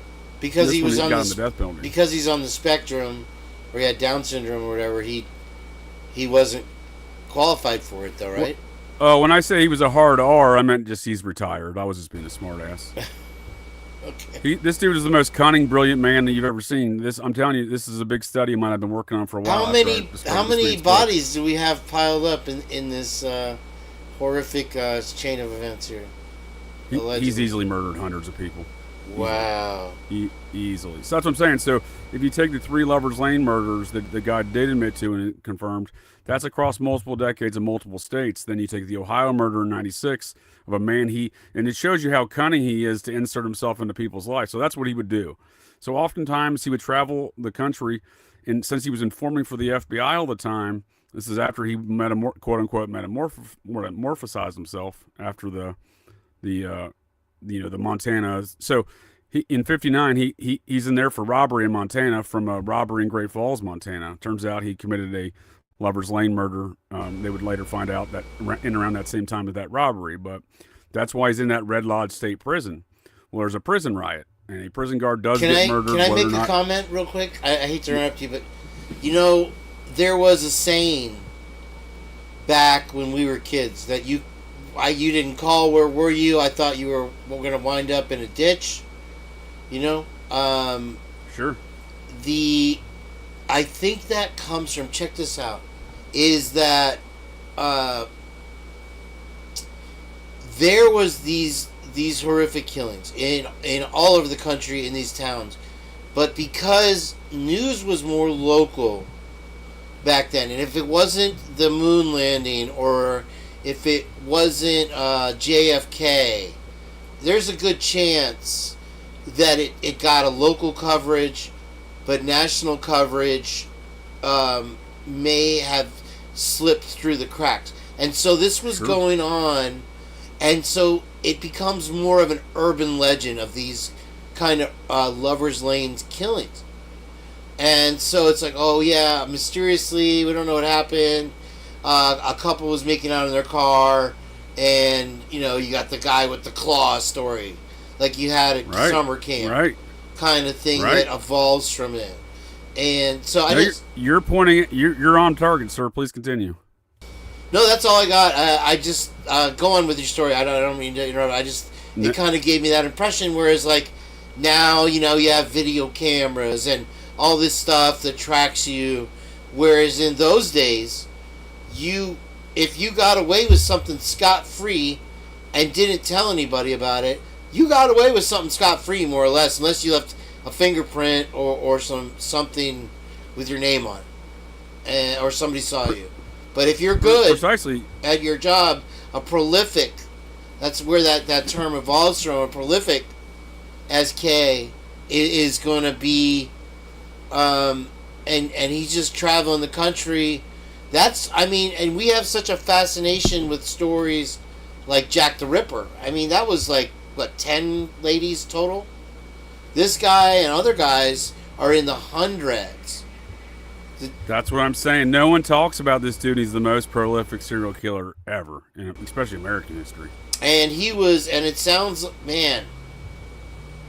So, like I was comparing to the Zodiac stuff there. Well, first of all, you're right on target, Kane. So what you're describing there is the product of these campaigns of terror, right? So, and you're also describing how Edwards was able to go around America undetected for many years, playing both sides. Like he played, the reason he played law enforcement, he was playing both sides, he was fooling law enforcement, using them to his advantage, right? By informing on stuff, obviously, but he also was going around murdering folks a lot of times in Lover's Lanes, and the product of those campaigns, and again, I'm sure he had other folks on his team, but the product of those campaigns is what you're describing, this legend and lore across America of these Lover's Lane things. And, again, they are rooted in fact in many, in many instances. I would blame this as a well-organized effort in which to create that that effect, right? But it is an effect that I think is fairly universal across America, with having this local legends and lore, right, in each little area based on different events, right? And these different events is, again, folks like Edwards traveling America doing these things for many decades. So even if you just consider that he murdered those folks in Wisconsin in 1980 and then that fella in 96, imagine what kind of carnage he did between those two dates. All the stuff that he never told. Decades. He probably forgot half of the ones that he did. It was just like because back in those days, I mean, literally, they have so many unsolved cold cases that they're just completely confuddled by, because at that time a local Barney Fife wasn't real adept at collecting the evidence that could be used in the future, if you know what I'm saying. No, I mean, for sure. And again, there's no way Edwards murdered those folks in Wisconsin in 80, got his rocks off on the girls' jeans like the Zodiac Killer said he liked to do, in thinking that they were going to have DNA tests that would catch him in 2005. But by the time that rolled around, like I said, he was an old, dying man. He just wanted to die. Did he get his wish? He did. So he started, he admitted in some cryptic letters to that detective, that retired detective that wrote the book, It's Me, his name's John Cameron, that he admitted to John Cameron basically, some again Zodiac style letters with some cryptograms and etc. That he was the Zodiac killer, but then he said that you wouldn't begin to understand the vast nature of this. And I agree with him again because it's a network of these killings, right? And it's evolves around with these cults that I often describe as the process. And again, Zodiac falls within that. And like I was saying, the Zodiac hooded fella at Lake Berryessa describes details from Edward Wayne Edwards' life that had occurred 10 years prior. So all I'm saying is Edwards was using details from his own life, but just in 1969 he's just saying these things to these people, right? But in 1959 he did escape Red Lodge prison. There was a prison guard murdered. Whether or not Edwards did that is never been proven, but that is what the guy in the hood said that day in Lake Berryessa, that he murdered the prison guard while escaping Red Lodge prison in Montana. So there was no interwebs back then. So we're talking about the San Francisco Bay Area and a guy in a hood knowing about Red Lodge prison in Montana. Wait, stop right there. First of all, did you hear that whistle? No. It's almost time for your break. 5 minutes to your break, and I'm getting. I'll bring us in a landing on Edwards. Let me throw something in there, because I think that you make a lot of your synapses fire very quickly, and there's a younger audience. A lot of 18-year-old hot chicks watch this show, and anyway, when you say hate Ashbury, when you say San Fran at that time between 59 and say 76 or 75, you're talking about a lost generation, am I correct? Where that is essentially, they flocked there to the Monterey Music Festival, right, in the Summer of Love, right, in 67. So basically what he's saying is that you have an entire generation of kids that have gone off the grid, whatever grid it was, the dial telephone back in the day, from their families. They just disappeared into hallucinogens and a culture, and they wanted to form all these communes, and all these cults started, and it was a huge thing. And the reason that I say that stories like these would not make national news, for one reason, they probably wanted to keep it to a minimum. Secondly, you had stuff constantly with the war, and then also the moon missions. Beyond that, you also Bigfoot. had the hijackings. You had what happened RFK, in MLK, Munich, Malcolm X. Germany. It's one thing after the other. So a little town Lover's Lane leap isn't necessarily boner news. You know what I mean? So I just want to interject that. Go on with your story. Sorry. I don't know. I'm getting pretty bricked up over here myself, Kane, talking about all this murder. What do you mean it's not boner news? Who's going to get boners over murder? I was trying to be funny. I'm not funny anymore. I'm just busting your I'm balls up to now. 58% now on the. I can play my reel again. So I'm gonna end the poll in 2 more minutes unless somebody votes. And let me bring this Edwards business in for a landing here regarding how they set up people for murders right within this network. We're getting a lot of requests for you to return to the screen. By the way, I'm on the screen. No, we can't see you. Maybe that's my fault. Well, that's I think that's on your end, friend. I see that I'm not on there now, but I. Everybody blames me. Everybody's got it. Oh, I just put it in live too now. Now we'll never find it. It's gone forever.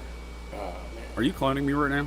I might have just cloned you, JJ. Wait, let me see if I can do edit undo. I think you're de-cloning me, dude. You erased me, bro. Reorder scene. Wait, I think. Hold on. Oh, I keep doing you the wrong way, bro. I keep doing you. No kidding, dude. I could have told you that. Let's see. Oh, now you're in logos. Let me see here. How's it? What's it like in there anyway? Oh, did you hear that they had? Let's throw a little DTD sidebar news.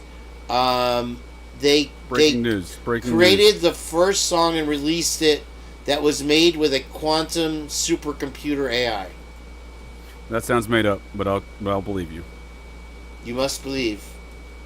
I'll believe you for the sake of the Purge. If I may bring us in for landing on Edwards, though. So what I'm getting at here is, if this is considering the Gooch factor, if this is, as that tabloid claims, a Manson family style cult murder, And Okay. in the drywall was written pig, like it was in the Sharon Tate murders or something like that, right? Sure. The drywall they removed, that is. And considering all those things, considering Edwards was kind of the, like I said, the general of this network. Here's an example of how he would infiltrate and frame folks. So there's a fellow today in Georgia. He's in prison for the murder of 2 adult men or 3 adult men. But during the trial, they tacked on the murder of dozens of children, known as the Atlanta child killings. He's known as the Atlanta child murderer, right? His name's Wayne Williams. However, you look at his court case, he's not in prison for the single murder of any child. So this is all a propaganda true? campaign. Really? Wow. That's 100% true, yes, sir. They presented no evidence and charged him with no crimes or such. Just in the aftermath of the sentencing, they're like, just so you know that those words are probably going to get me in trouble. So which ones? Wayne Williams? What you said?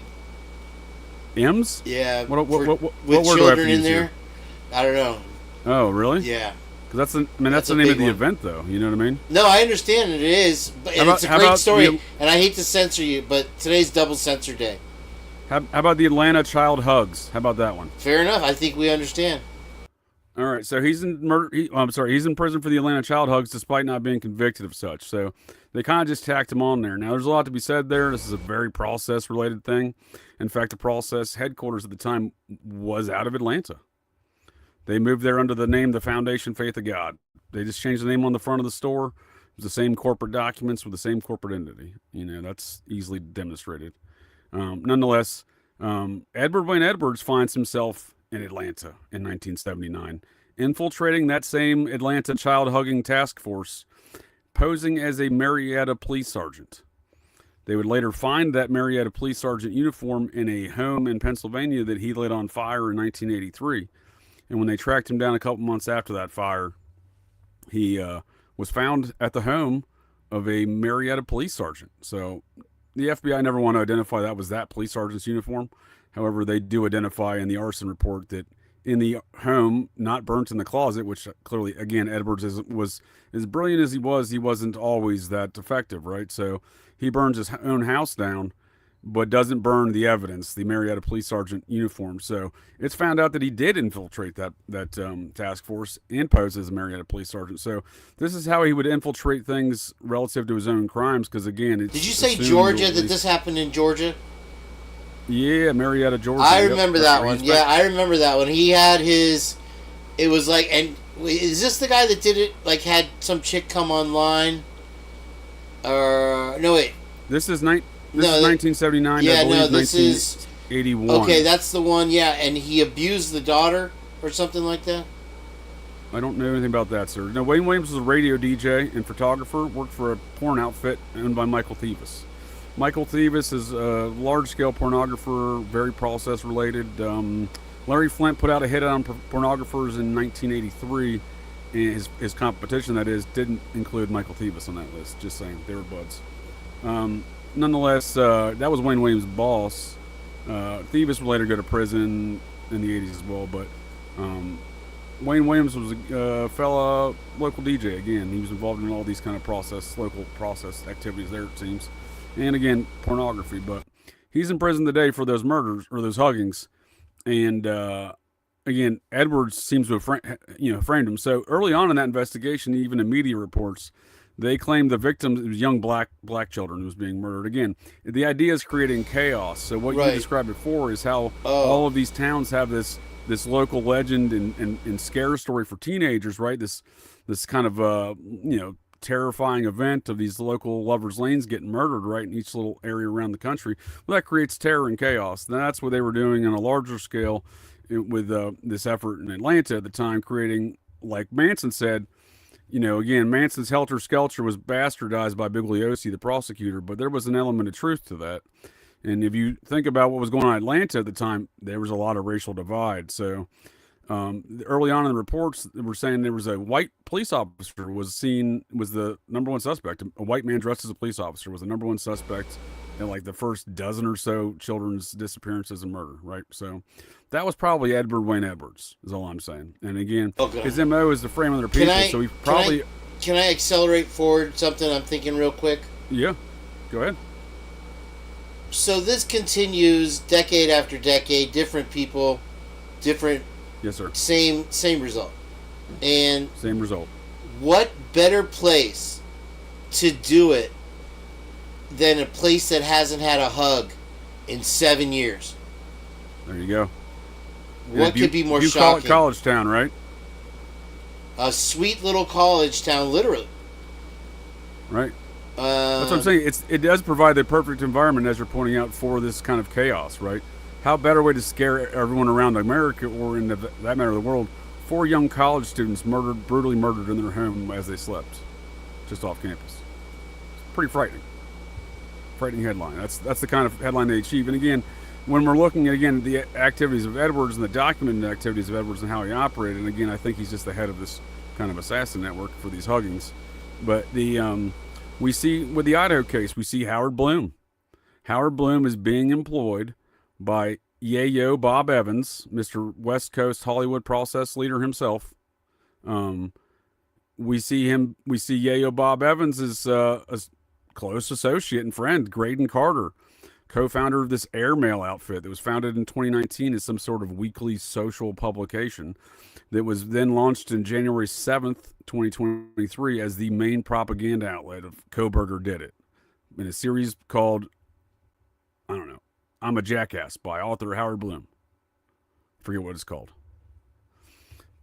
But they started the day after Kohberger got back to Idaho. And again, this is an outfit that's started by Graydon Carter. Graydon Carter was the executive producer of Yayo Bob's life story. So we're talking they were tight. We're talking, so we want to assume somebody may or may not be involved in the next generation or the current generation of the process. Look no further than Yayo Bob's associate, Graydon Carter, Howard Bloom's boss. All right. And again, that outfit airmail was later purchased and is currently owned today by Graydon Carter, still in charge of it. But it's owned by something called TCG Capital out of Dallas, I believe. And they have $1.5 billion of the Washington State Employees Pension Fund invested in their capital firm, right? So you look no further for folks who want to dispel these matters around and convict Kohberger in the minds of the public, right? Public opinion is the Washington State Employees Pension Fund, meaning everyone who's got a retirement fund in Pullman, Washington employees, municipal employees, and Washington State University employees have an interest in that fund. And that fund has got $1.5 billion in TCG Capital, which owns Airmail, Graydon Carter, Yayo Bob's buddy, and that's who's employing Howard Bloom. So if this is a process related to Manson family-style cult, as that tabloid did claim, then we can apply the concepts identified of the assassins in that network, the folks who do the huggings like Edward Edwards. I mean, so maybe I'm not put much credence into local law enforcement not being that involved, but at some point in time, with these process-related murders, there's obviously some folks in the know, but ultimately speaking, overall, locally, within the law enforcement investigation, most folks are just being duped. They're being duped by a clever outfit of assassins that, like Edward Edwards, where he's duping local law enforcement for decades, right? By setting up other folks for the crimes that he commits. No, I'm picking up what you're laying down, bro. Getting into this case. Getting into this case, we were all shocked and horrified. Literally, that's what kept us around. That's what had everyone on the edge of their seats up till now, up till next week, up till a month and year from now. We're fascinated by this. We're obsessed by it. What a result of a finding. And thank God for J.J. Vance, everybody, right? And clarity and facts. And thank God for America, sir. Amen. I love our country. And thank you, Vance. I honestly do what I do because I do love liberty, and I do often, as you point out that I just descend from folks that signed the documents that created this country and fought in the wars that created this country. So I'm always happy to say that, not to brag. It's not brag hour. I'm just saying I have a liberty is kind of my number one thing in life. You can brag a little bit, man, because you're like I said, you're on fire, bro. And all right, I'm gonna give you your well-deserved break here. And I appreciate it, and if I may add, it's not a new thing. In fact, there's a reason why I was probably the youngest master sergeant in modern Air Force history, as folks have claimed. I was at least youngest in age, I feel like, at least. Made it in 10 years, senior non-commissioned officer. I also retired at that same rank because I had no problem reminding folks who outranked me by far, like colonels and whatnot, that this is indeed America and we're not fucking doing that. So I can see it. I can see it. Well, thank you again for your service, sir, or Master Sergeant. And this ought to buy us like a good 20-25 minute break here because I'm going to do a little DTDT. Oh, perfect. I got to get some hula burgers in me. Go ahead and take a 30 because I know Abner's chewing on some cords back there. So, dude, you ain't. Well, we ain't. We're beefing. I don't beat my dog, but obviously, well, no, he knows he's in trouble. You know what I mean? Like I didn't beat him or nothing. He knew he was in trouble, and now he's just been hiding. You know, he came in last night for bedtime, but and dinner time. Well, to me, it was a great move. Because we were all so excited for the Robert the Doll story, and now you put it off till the next time. I'm like double excited for it now. Well, I guess it works out in that capacity. I was kind of butthurt about it myself, but I'm also not really butthurt at Abner. He just knows he's in trouble over the matter, right? But he, it is Robert the Doll that I blame. Yeah, I would definitely blame the doll over poor little Abner. Yeah, we love Abner. Okay, He's a very emo pup, so what I mean. The moment he realized that he did something wrong, he's like, he's hiding in the barn. I know where he's at. It's just, I see him venturing around the farm throughout the day, but then he just kind of hides out in the barn. But when I go outside, he'll come out and see me. But yeah, he's, even if I tell him he's not in trouble, like, what I mean, he's a very emo pup. So he's got a lot of property to roll around knowing out there, huh? Oh, he's been. I mean, he's not dejected too much. I saw him jamming away in the field earlier today. He's pretty comfortable, huh? That's great. Yeah, that's great. He'll be all right. Do you make him homemade mac and cheese like Heather does? Well, I usually feed him just a lot of burgers. I don't eat a lot of. I'm more of a carnivore myself. I don't do the carnivore diet necessarily intentionally. I used to. I eat a brown diet. You know how you tease your dog when you're making dinner for him? Because I would mix it in with the kibble or whatever.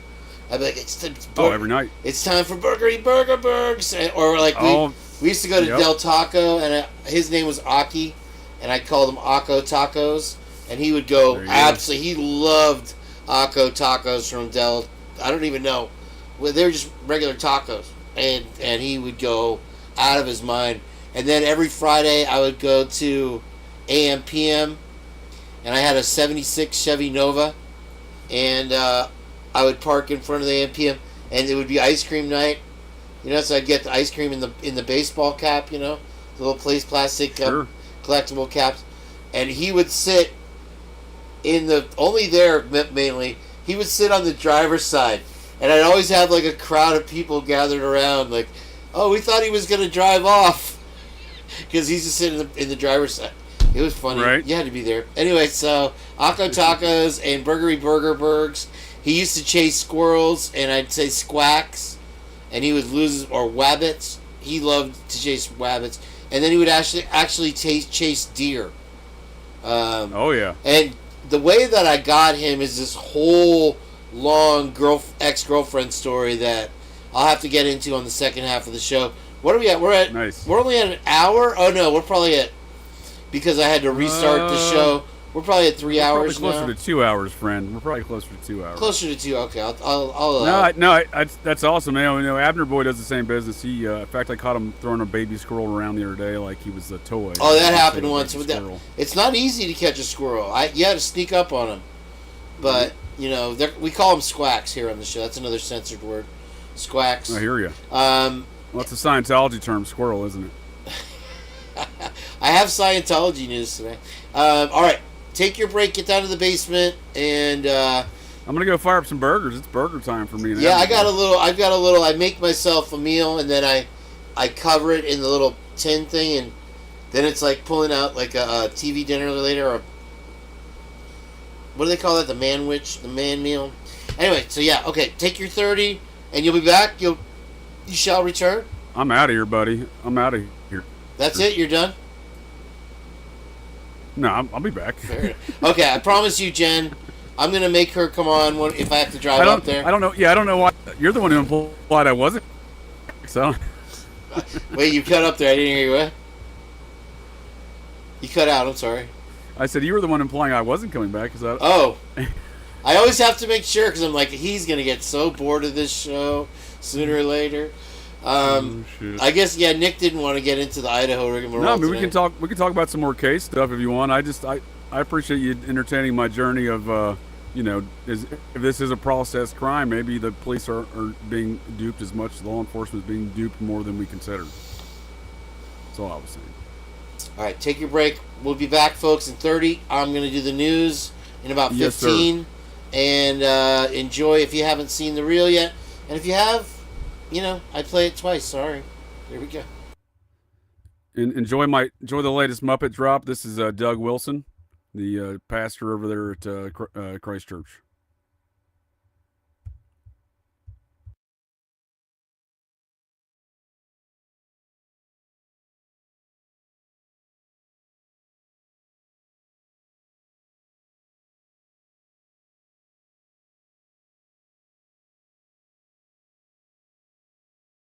I'm sorry, I was muted. I was telling him, never mind.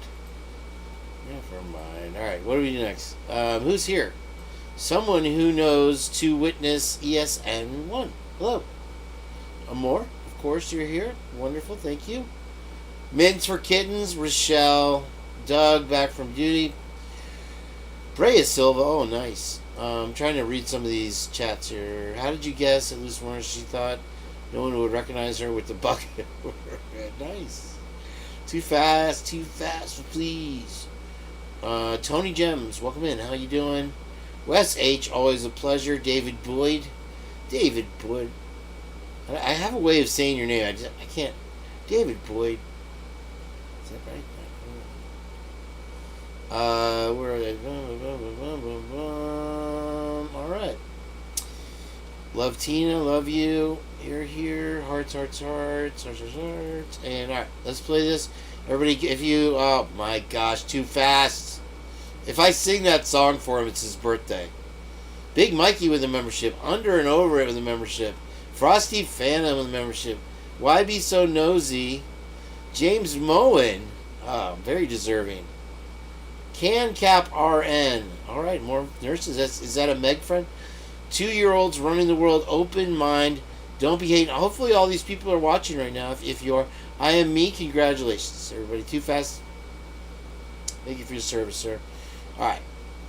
Without further ado. Oh, such a rough life. Oh, man.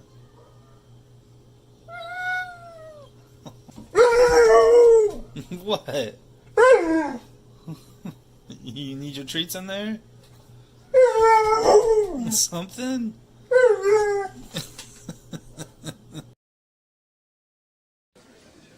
Euphigenia Doubtfire, dear. I specialize in the education and entertainment of entertainment of entertainment of entertainment of entertainment of entertainment of entertainment of entertainment of entertainment of entertainment of entertainment of entertainment. Candy and the sun. Could you make me a woman? Showtime. I know you're used to Lucy, but I run daggers for you. Daggers for you. I know you're used to Lucy, but I run goop, hop, some neurons. I know you're used to Lucy. Dinner, such a sham. It tastes good, such a sham. I know you're used to Lucy, but I run. Surprise. Hip hop, bebop, dance till you drop. Hip hop, bebop doesn't mean that they don't love. Hip hop, bebop. Drop hip hop, bebop. Oh, blessed be. Here we go again, Idaho. U.S. spies want to play alternate reality games for work, they swear. But it turns out it's really for sociological and psychological operations and research. This person shared this, saying he's sharing it to illustrate the fact that when he says you're being targeted by weaponized ARG narratives, he's not referring to civilian edgelords playing pranks. Here's a book, Alternate Reality Games for Behavioral and Social Science Research. And I'm going to show you that WHU is the organization I found where I saw some people's pictures in there that were very interesting and looked familiar. Charles Fort, 1930s. There may be occult things, beings, and events, and there also may be something of the nature of an occult police force which operates to divert human suspicions and to offer just enough explanations. This looks a lot like Dylan Mortensen. And the thing about it is they both have kind of messed up teeth. Teeth are one of the harder things to change, obviously, but they can do it. They can put little things. You can change your appearance so easily just by like putting something under your lip and then putting clips inside the nasal cavity to make your nose appear a little different. It's not hard to do that. It's really not hard to do that. And it's not just Dylan that looks this way, right? It's not just, a couple people in this that have these doppelgangers. There's so many doppelgangers in this case. Here's Bethany. And, Birdie said the name that somebody found out is her real name. And I looked her up, and this is her. And it immediately reminded me of another picture I'd found quite a while ago of this person who is connected to a organization that does studies on psychological operations. See how different Bethany can look when her hair is a little darker. Here's Bethany with glasses, so we know she wears them, and then she's giving this interesting symbol with her. Idaho. So we're not talking small town. We're talking micro small town.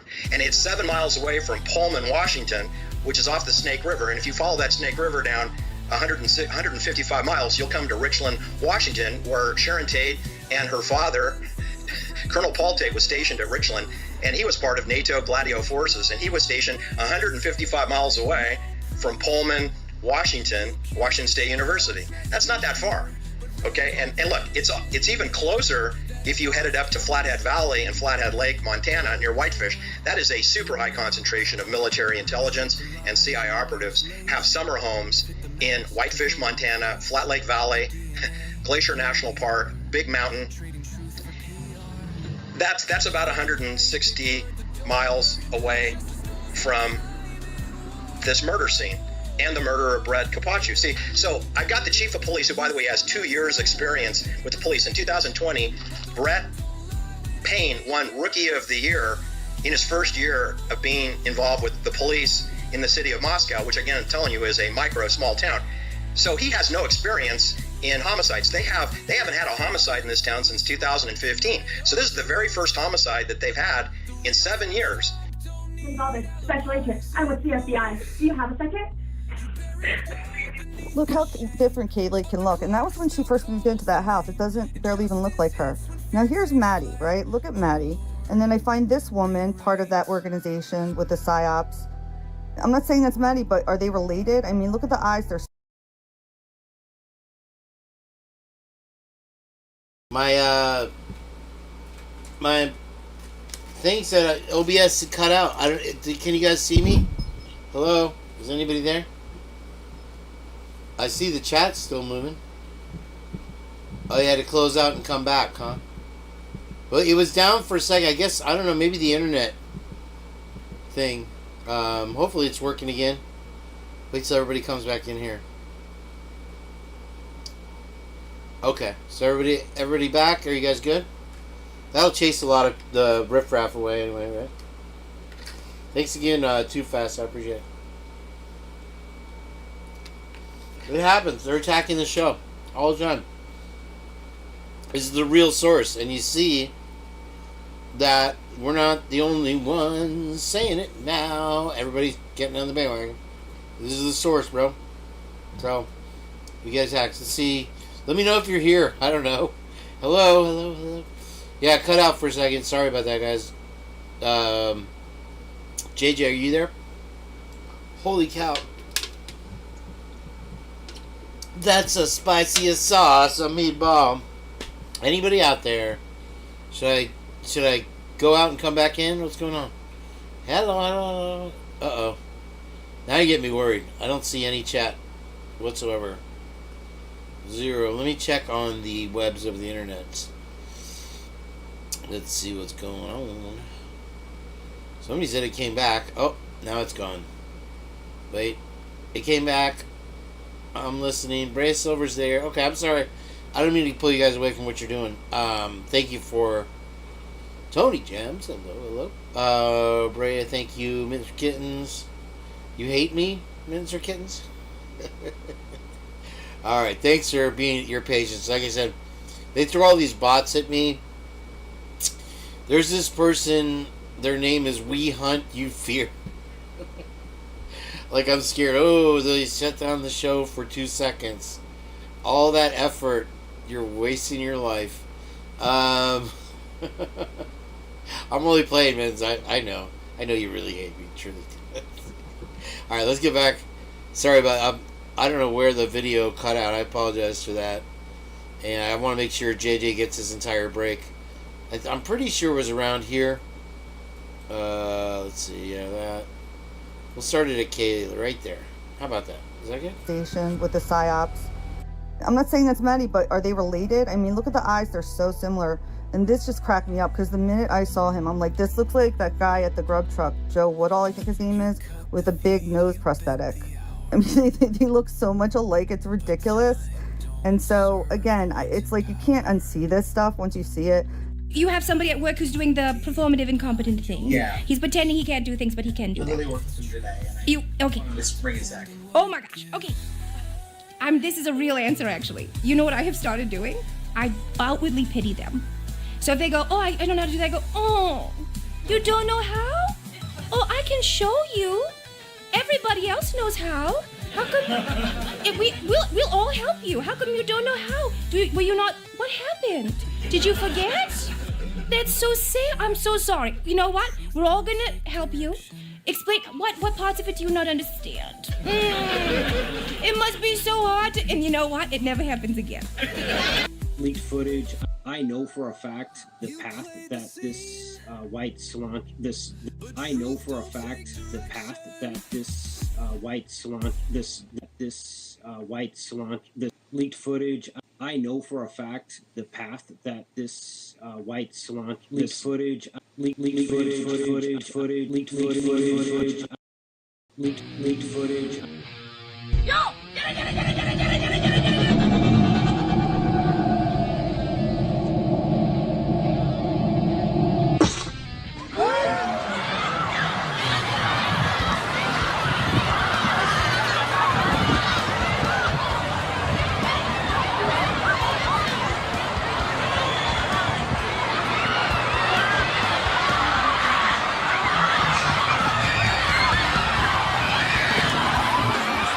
Do you have pants or something that you can put on? Well, ma'am, pull that down. All right. Okay.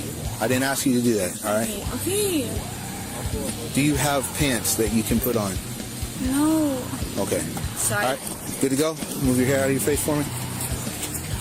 The hair that's literally in your eyes. Okay. Pull it down. There you go. All right. All right. Don't move your head. Keep your head just right where it's at right now. All right. You just slip your cuffs? Okay. All right. Listen to me. Listen to me. You're about to catch another charge. Do you understand? Step out. You're pushing my nerves. Step out. Step out. I'm stepping out. Turn around. Yeah, turn around. What did I do? You flipped your cuffs. That's what you did.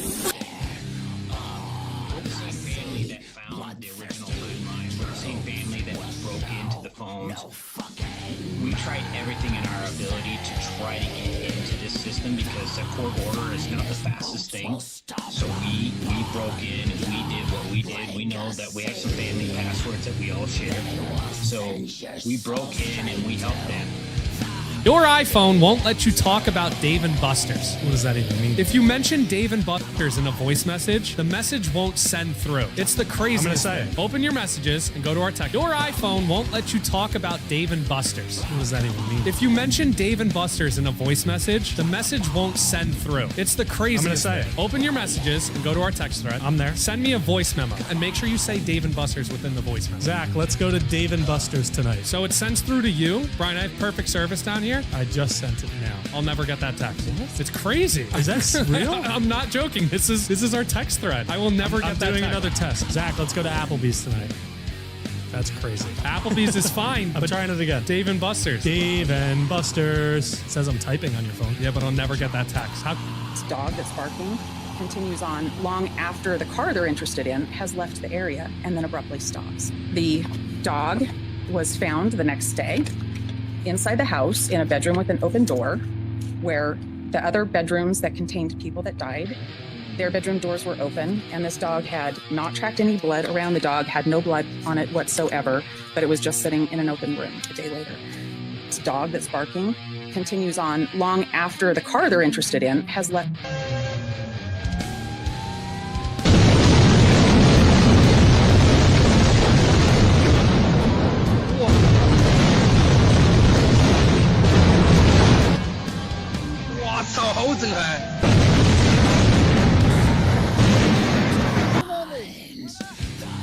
It's not an island.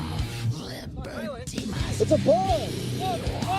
It means there's just 20 feet of water. And you can...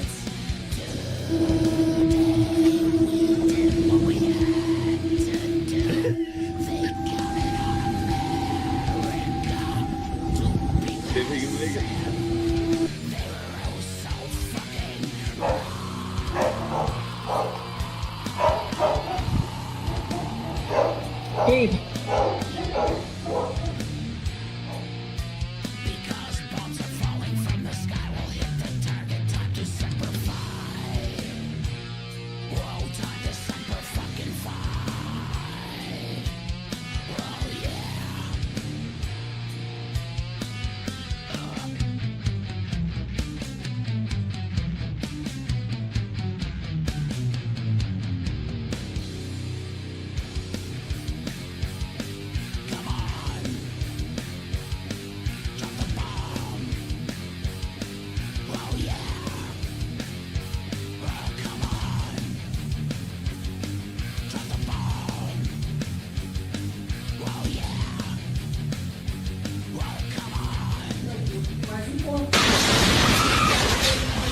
What do you do? I'm a jury consultant on capital murder cases and a professor.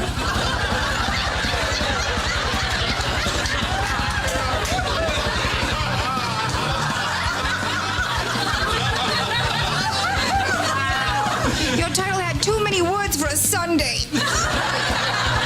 Okay, Mel, you have to help me. We're gonna start from the beginning. Okay, so you are a little bit at a time. Help. Jury consultant. Jury consultant. So you consult for juries on capital murder. Capital. What's a capital murder? You just murder with the big letters?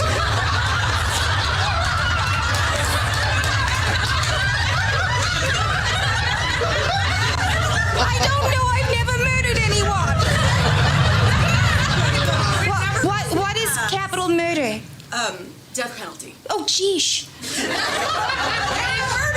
Okay, yeah, great. And so capital murder, and then what was the rest of the sentence? A professor. A professor? Yes. What?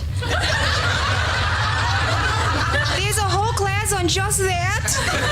It's the saddest class I've ever heard of. I am not taking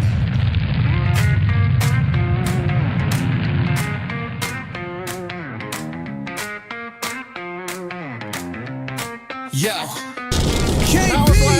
Is that the name you claim? Rolling through genres, let me play this game. Rap like a madman, Eminem with the slang, spitting bars so sharp like a rap hangman. From YouTube fame to Idaho's wild ride, you're breaking it down, putting truths aside. Kane B got the purge, no doubt, he's the king.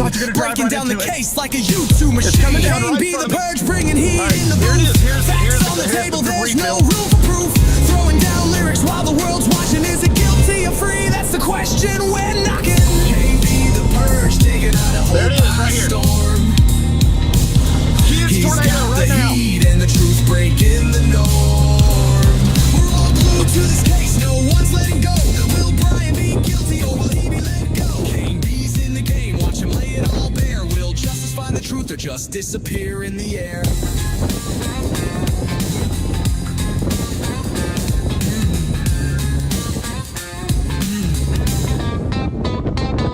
Here's my bubblegum pop, you ready or not? Kane B's in the mix with the case so hot.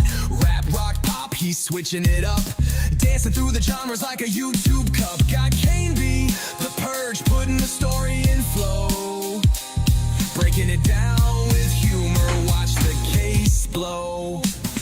Boom, Kane B's riding with electric groove. Breaking it down, yeah, he's on the move. He's got the purge, so come and watch him reign. Sipping on knowledge like it's truth on a train. Kane B the purge, taking out a whole by storm. ignore. We're all glued to this case, no one's let go. Will Brian be guilty or will he be let go? KB's in the game, watch him lay it all bare. Will justice find the truth or just disappear in the air? Now here I am, R&B vibes on deck. Let's get a little smooth, but don't forget I'm bringing humor, I'm bringing the sound. But this case got us all spinning round. KB with the truth, it's hard to ignore. Like waiting for that next chapter in the lore.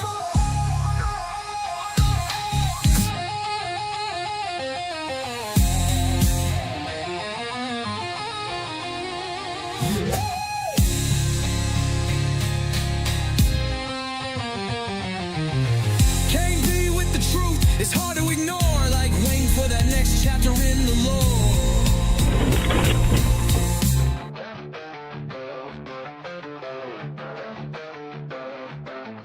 They're spinning these tales, but I'm fresh in the plan.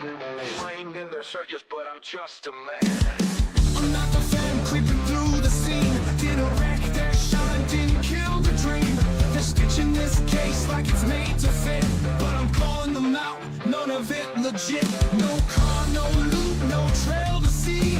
You're looking for a villain, but that ain't me. I'm not your boogeyman, I'm not your ghost. Didn't take their light, didn't come that close. They need a bad guy, but I don't agree. I'm standing tall, just let me be.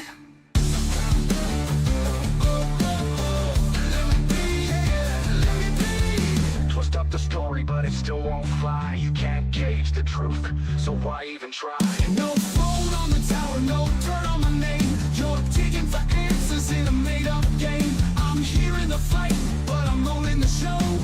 Truth's got my back, and it's ready to blow. I'm not your boogeyman, I'm not your ghost. Didn't take their light, didn't come that close. They need a bad guy, but I don't agree. I'm standing tall, just let me be.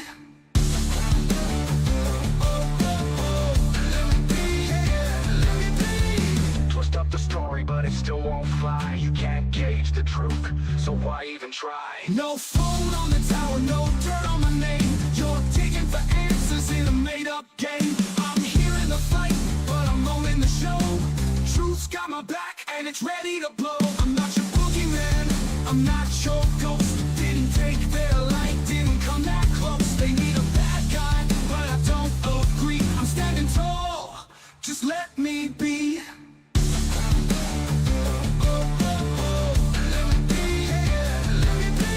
Facts don't fade and the lies don't stick. Justice ain't feels turning slow but thick.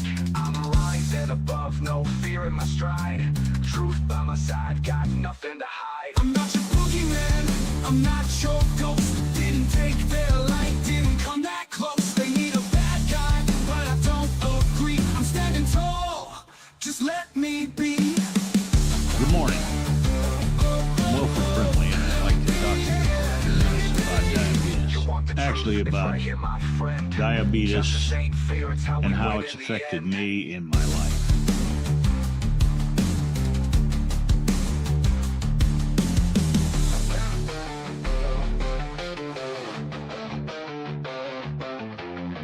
You want the truth? It's right here, my friend.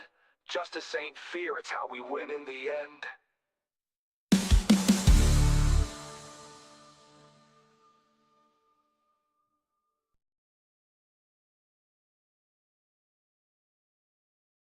All right, if you're still with us, thank you for joining us here on the Purge tonight. I'm Kane B.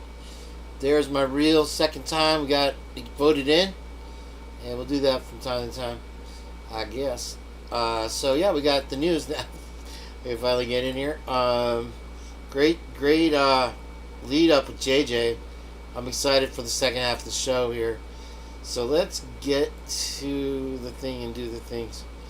There it is. Okay. And then, no, I gotta do it again. Ditto, thank you for being. If you're new to the Purge, please hit that subscribe button.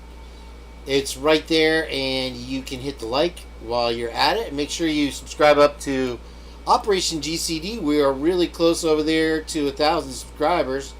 So you might be the 1,000th subscriber. I would appreciate you doing that. If somebody wants to put that in the chat for me, I'd appreciate it. So here we go. Alright, let's take a look at all this stuff here. Hold on. Go down one and then skip. And there's me. I'm back. I'm back, everybody. Yay. Hey. Okay, so hopefully you got your barbecue tonight. And I'm sure everybody's heard that miraculously the GFam Facebook page is back up. It's about love. It is. It's all about love. So did we watch that one? I'm sure we did. Probably saw enough of it. Anyway, let's see. There we did this. Burger King has free food on Memorial Day. Yeah, that was earlier, so you probably missed that. You didn't want Burger King on Memorial Day. I'm going to turn this fan down a little bit. It's so loud. Okay, that's louder. What am I doing? There we go. Okay.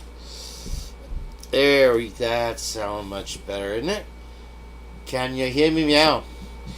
Alright, let's see here. What is this? Okay, so welcome back to hurricane season. If you remember last year, it was about as traumatic. 2 hurricanes rolled right over my town where I live. And I wrote them out here in the trailer, in the dining room area of my trailer. And they just removed, if you saw the live that I did, the little pop-up live, they removed the tree that had a terrible old pine tree that when the guy removed it, he said it was really, really bad. And it was, the biggest branch was hanging over my trailer by 5 feet because the ground was so saturated. And so I came, if that tree had fallen, it would have gone right where I'm sitting. So I really that night came within an inch of my life. But, here I am. I can tell the story. Who knows? Maybe the trailer would have broken its fall. That thing was big. You can go check it out it's in one of my lives back there. And anyway, so let's see. Hopefully my audio good? Alright. Thanks for being here, everybody. And happy Memorial Day. Hope you're having a great time. Here's summer, right? So all you folks that whined and moaned, you better not sleep during my show, girl. I wasn't trying to be mad, but I'll be honest with you, I was thinking about it. It's like, how dare her go to bed. I haven't shared things. Alright, whatever.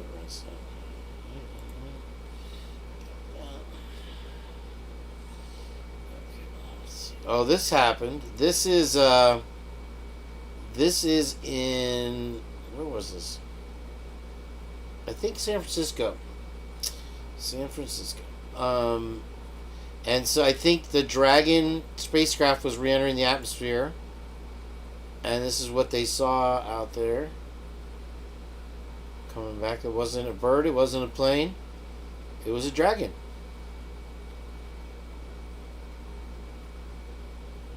Pretty wild stuff. Welcome to 2025. No flying cars. This was in my reel, I think, somewhere. I didn't see. It was nice watching my reel finally. I usually watch them a couple times before I air them. That one I didn't get a chance, so I enjoyed it. And so now they have some kind of hovercraft thing. It's very Star Wars-ish, isn't it? Every day the news keeps breaking on the drone stuff, and apparently I don't think I put it in the news. AI. Today, Elon Musk released the most powerful AI that's ever been. And here he was a guy warning us about AI. Yeah. There you go. So there's that. And let's see. Beep, beep, beep, beep, beep, beep, beep, beep, beep, beep, beep. I think wait, what was this? There was a lot of stories. This happened to my friend John Hoots. John Hoots Lutz. What was it? Hoops. In high school, he was running cross country. And it was hot. It's impressively hot here in Florida. Back then, it seemed it was even hotter those days in the 80s. And he came across a stream, and he was so hot he just dove right in. Well, there was no water. It was like an inch deep. And he did hurt his neck. He had a halo. First time I'd ever seen that. He was like he was a class comedian. He was really just naturally funny guy. But anyway, I think I spoke to him years later, and everything was back to normal. He was fine, I think. I mean, of course, you never get over that trauma. You break your neck. But this happened again, and I can only imagine it was kind of the same business. There. John Hoops. Good guy. Funniest guy I ever knew. Well, maybe Matty was probably the funniest. But he's from Michigan. Everybody from Michigan's funny in one way or the other. Alright, this is Heather. Looking for the right way. Wait for it. Oh no, this is me. What am I doing? I'm playing. That's the ads they give me. Hers. Should I clone myself? I can clone myself now. While JJ's not here, I'm gonna clone myself. Don't tell him. I want him to know. Oh wait. Why is it so weird? Clone yourself isn't easy. Thank you, Too Fast, for the support of the show. I appreciate it.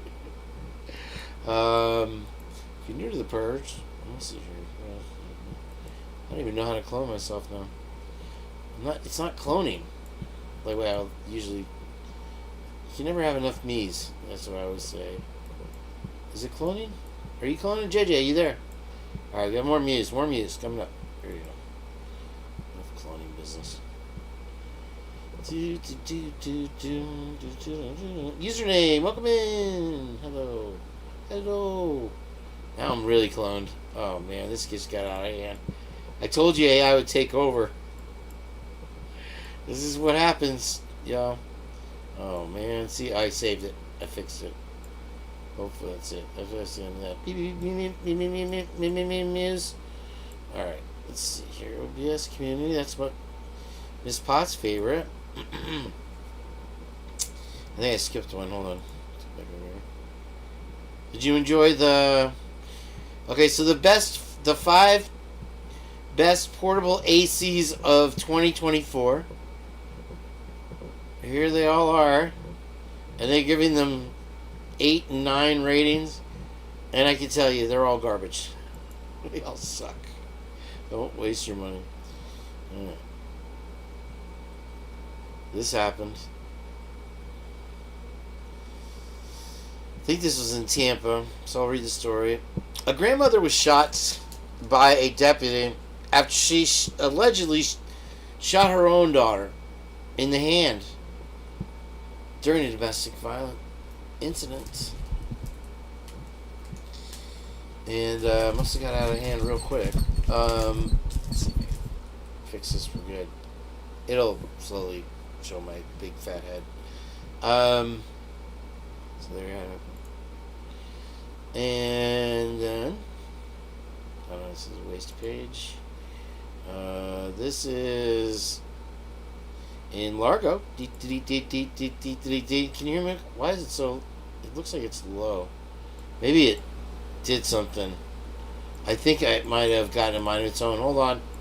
Let me check my settings. Guys, Tough Grow. I tell you, Tough Grow. Watch, I bet it is. Bet you $10. No. Everything's okay. I'm tripping. I'm tripping. There, right there. Okay. Girl in stable condition after being accidentally shot in Largo. A girl is in stable condition after being accidentally shot. Oh, struck. I thought it said shot. Accidentally struck during a shooting. What? Pinellas County deputies were called to the scene. Oh wait, what day is this? This is what the one when I was driving and I told you guys on the last time. Remember? This is what all of the business was about. It was a mile from my house. I think it's literally 2 miles from my house. And I was doing delivery, and all these cops, they cut off the road, and they were zipping, and I was, dude, I swear to God, I did a delivery, and I was, that close to going live, to doing a pop-up live, because it was like Friday night. So I'm like, oh, I'll just throw in a pop-up live. And I said, oh, I better keep delivering, and let's put some bread on the table. And so the second I said no, I pulled out of this neighborhood, and zing, zing, zing, zing, zing, zing, 7 cops go by. I'm just on the other side of the street. And then there's like 5 in the neighborhood, and they're cutting off all the roads, they're blocking all the roads, everything. And so, I'm really loud now. Why is it so dynamic today? So let's read the story. This happened while I was driving, and I kept telling people about it because I'm like that old man at the gas station. A girl gets good bad until 3 days later, because all the news happens on the weekend, but they take the weekend off, especially Memorial Day weekend. So that's why Rockford's like, well, especially Memorial Day weekend, we won't find out about it. Oh, I could be in advantage mode right now. Damn it. Alright, let's check to see what street it was. Come on. End of activity. Oh, no. They're not giving it to me. They won't give it to me. Hold on. Let's see if it works. Okay, got it. See, it shows you like the old Google map of where you were. This isn't really doxing anybody. Okay, so... Oops. Alright, let's... Come on. No. Okay. It was... I wonder... Where was the delivery? I can't remember. Okay, let me see the name. Is Washington Avenue. I think I was on Washington. And this was on Adams. Am I right? Maybe it's not. Let me look. I don't think it was Washington. Wait. Largo. I didn't have a whole lot of Largo deliveries. Like Clearwater... Bel Air, Seminole, 96th Street. It might have been 96th Street. Yeah, that sounds about right. Maybe. Hold on. 96, or yeah, not Shore Drive. Yeah, it was either 96 or Washington. So I think I turned on Adams, and there was a shooting. Wow. Every time I think about going live, it's like something. Few details are available. 4 days. Few details available. Deputies continue to investigate the incident, but officials said the girl's recovering from the injury. All right, sorry. Wait too much time.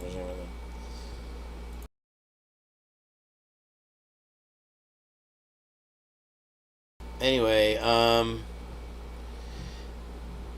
there is an effort, you guys probably heard of the fundraiser. So, yeah, help them out to get Kara there.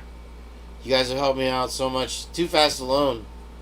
Thank you, everything you've done to get me there, and it's looking good. It's like, as long as I keep working hard, we're gonna be boots on the ground in August. If there's an August, Twiz agreed with me that he didn't think it was gonna be happening. It's gonna get delayed. I can't. The thing is about it, I can't. What is this? Hold on. Nothing. Wait, there's something. Jenn just backed out. Yep. Okay. Well, that's fine. That's gonna be 2 hula burgers out of her paycheck. That's sorry, guys. No Jenn tonight. She got company. Effort underway to help Xana Colonel's mother attend. Okay. So there you have it. Let's see if there's any new beep news while we're at it, while we're here. This will be the last news break one anyway. Yep, so nothing. Alright, and then this one is this small North Idaho town kept to itself. Then a Christian nationalist church asked the U.S. government to intervene. So this is a follow-up to the one where the DOJ did intervene. And so Troy is the name of the city the other day. But I was saying, oh, Christ Church also has a facility in a nearby town. It's Troy. And so the... let me turn... I can't barely see this. Holy cow, it's blurry. A little bit there. The streets are usually calm in this town of less than 1,000 people, a dozen miles east of Moscow. With the exception of a historic lumber mill, the city has for the most part remained quiet. But Moscow did get a Home Depot, so they're definitely charging. Let's get this out of the way. Oh, excuse me 1 second. That needs more orange. I'm trying to go lighter in the orange. Okay. With the exception of a historic lumber mill. But a couple of years ago, things changed when Christian Nationalist Church asked the U.S. government to help them establish a congregation within the city.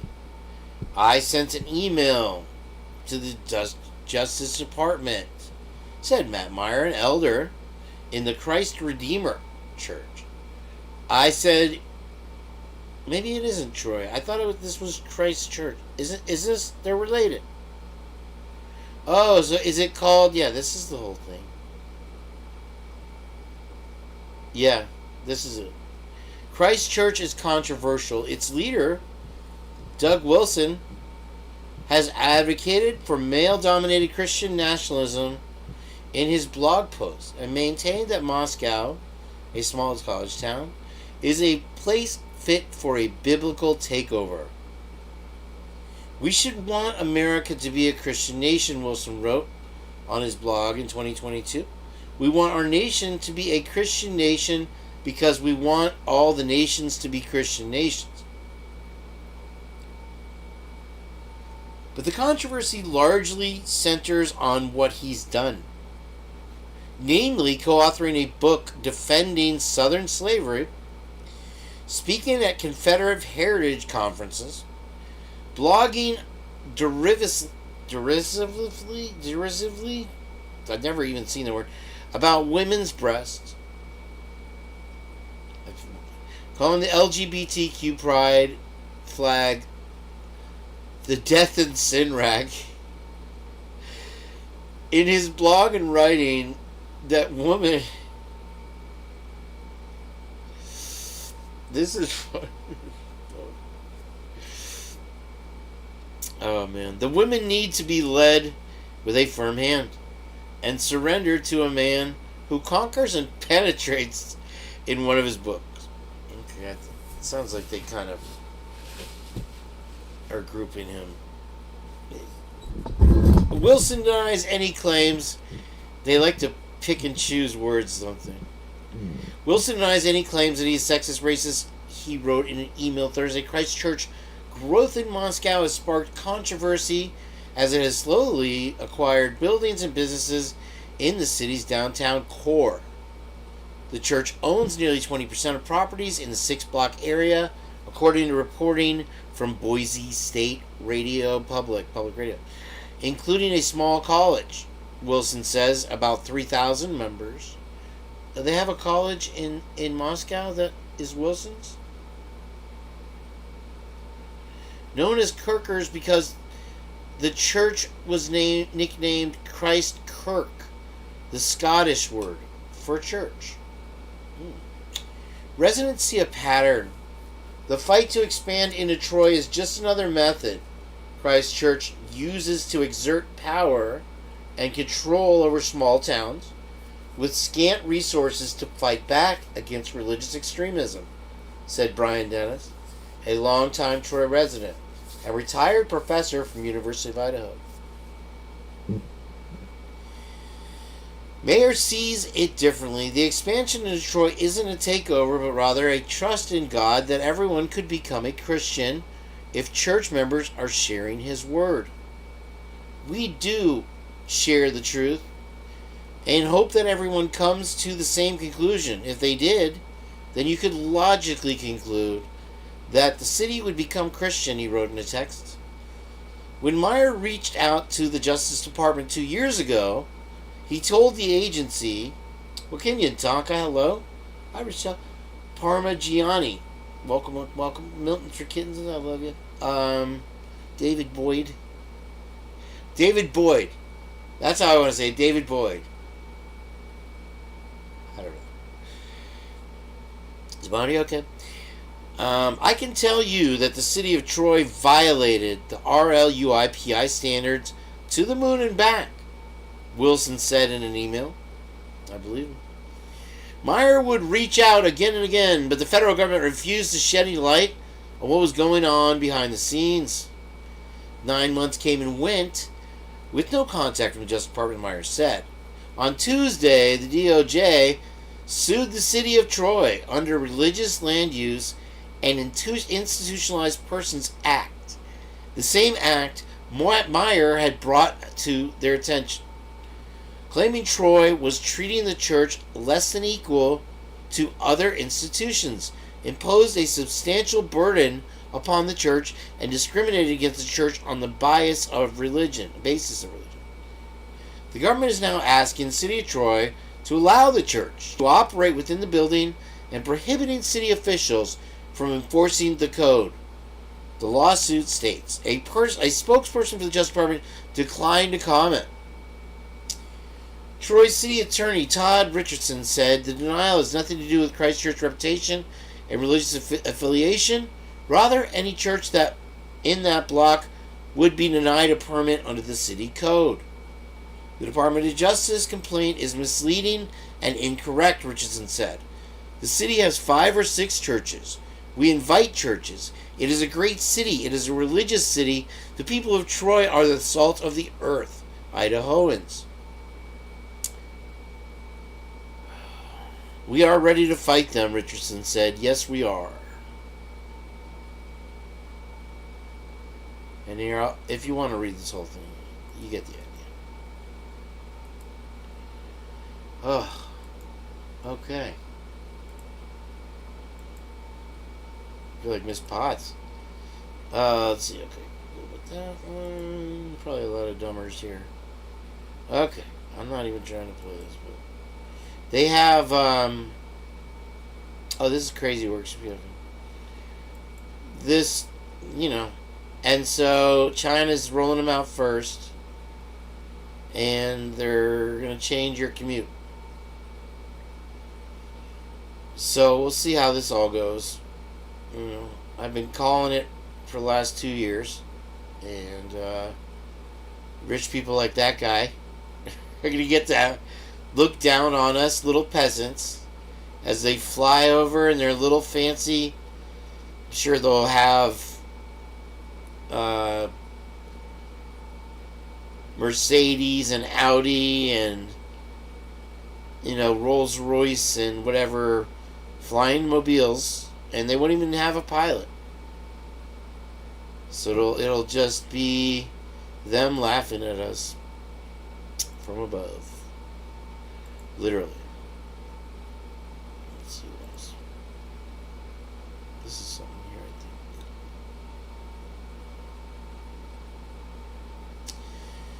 think. Okay, yeah, this was on since it took me to the family page there.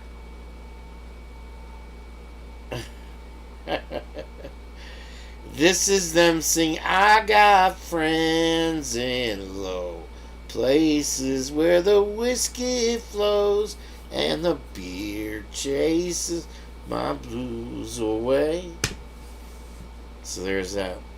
I thought it was unique. And then there's another waste page. Okay, we got one more coming up, I think. Oh yeah, it's when was this? Maddie's birthday, the 25th. So happy birthday belated to Maddie. And so they ask that you do an act of kindness to celebrate her day, whether it's whenever you do it. So you can do that. And then here's another rabbit hole that we were talking about with Heather Four. Was in here the other day, and this and that. And we were revisiting this, and I was talking about it in the last live.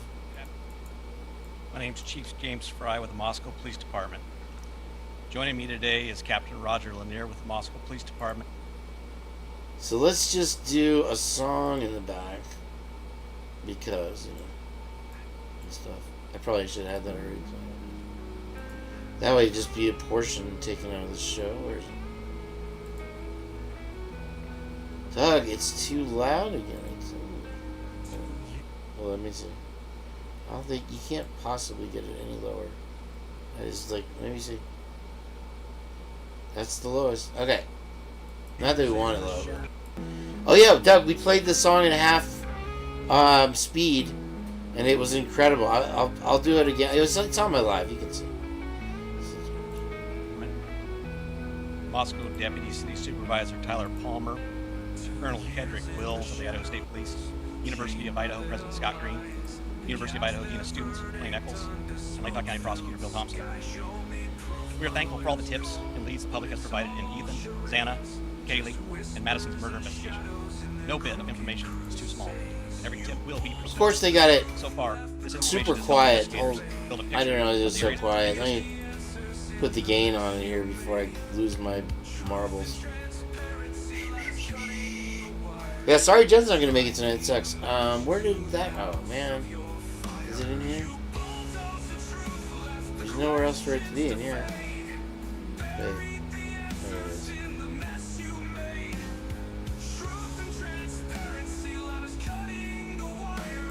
Hang on. Sorry. So, Kane, you suck at this job.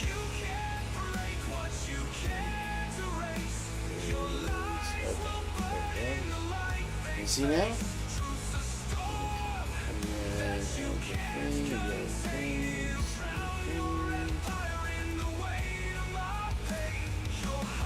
Fortunately, it raises both of them simultaneously. I don't really have any control over that. It's gonna be about. How'd you find him? The question remains, but the answers are. Sorry, yeah, it raises both. I have nothing to do. Let's enjoy this. And relationships these four had with each other and our community. We still believe there's more information to be gathered, which will continue creating a window through which we view this case. We all want to understand why this happened, and what drove someone to do this. Families of those involved and our entire community deserve to know. We ask anyone.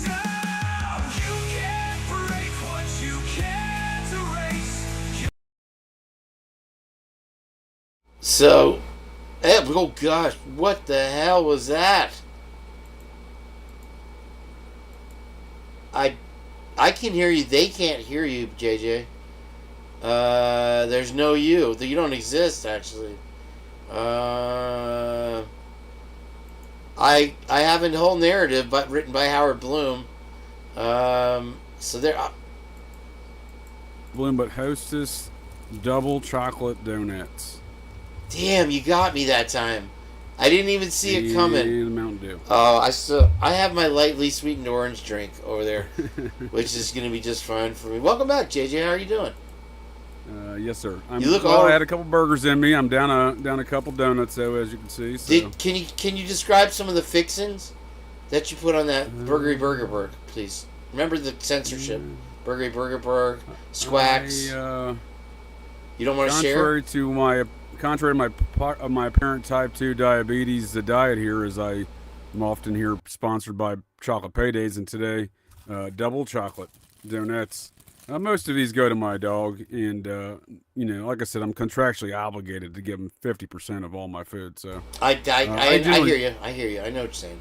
I get you. I generally just eat again, I don't put a lot of fixins. I just cook some meat and I just throw it down my mouth hole.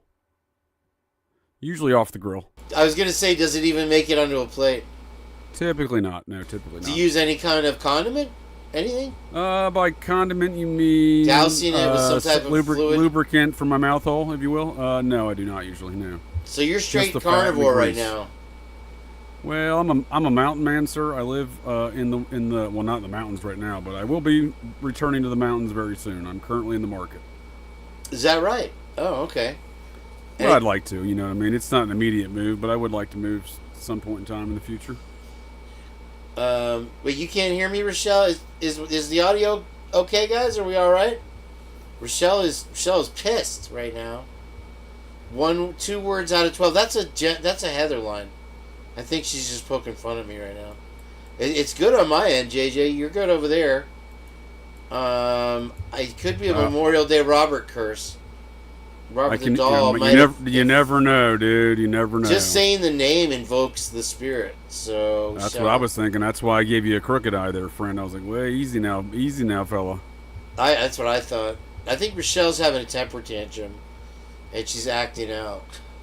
Oh, I'll credit to her on a lot of the real stuff and that I did in the video there, and then all the news and some of the news stories. She is a producer. She's gonna get promoted to star soon if Jenn doesn't come back. Oh, nice. She gets her own hula burger. One hula burger per show, sir. You know the rules. Where did we leave off on the news? Let me see and make sure I covered all my news stories.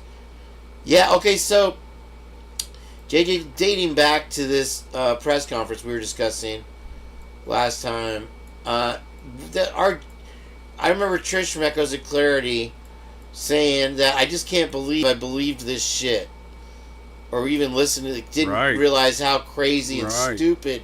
Looking back now, it's like they didn't even have a writer yet. They were just like, oh, it's 2022, we got COVID, put on a mask, shut up, let us do our job. I mean, it was... So what you're saying is James Fry said basically it's 4 a.m. Can I tell you what happened at 4 a.m.? More or less what happened.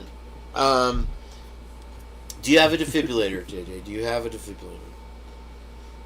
No, I don't actually, but we're good to go in that department. I'm healthy in those regards.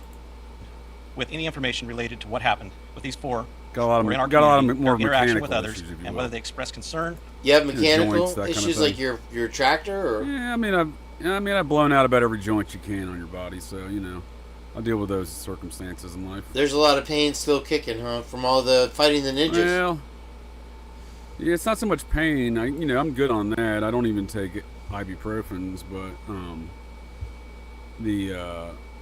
it's just the general ability to function. You know what I mean? A lot of miles. Oh, I see what happened. My mic fell. Shoulder joints. It was Tony's fault. We got a mic down. It was a mic down. That's my audio got weird. It's still kind of weird. Hold on. I'll get there.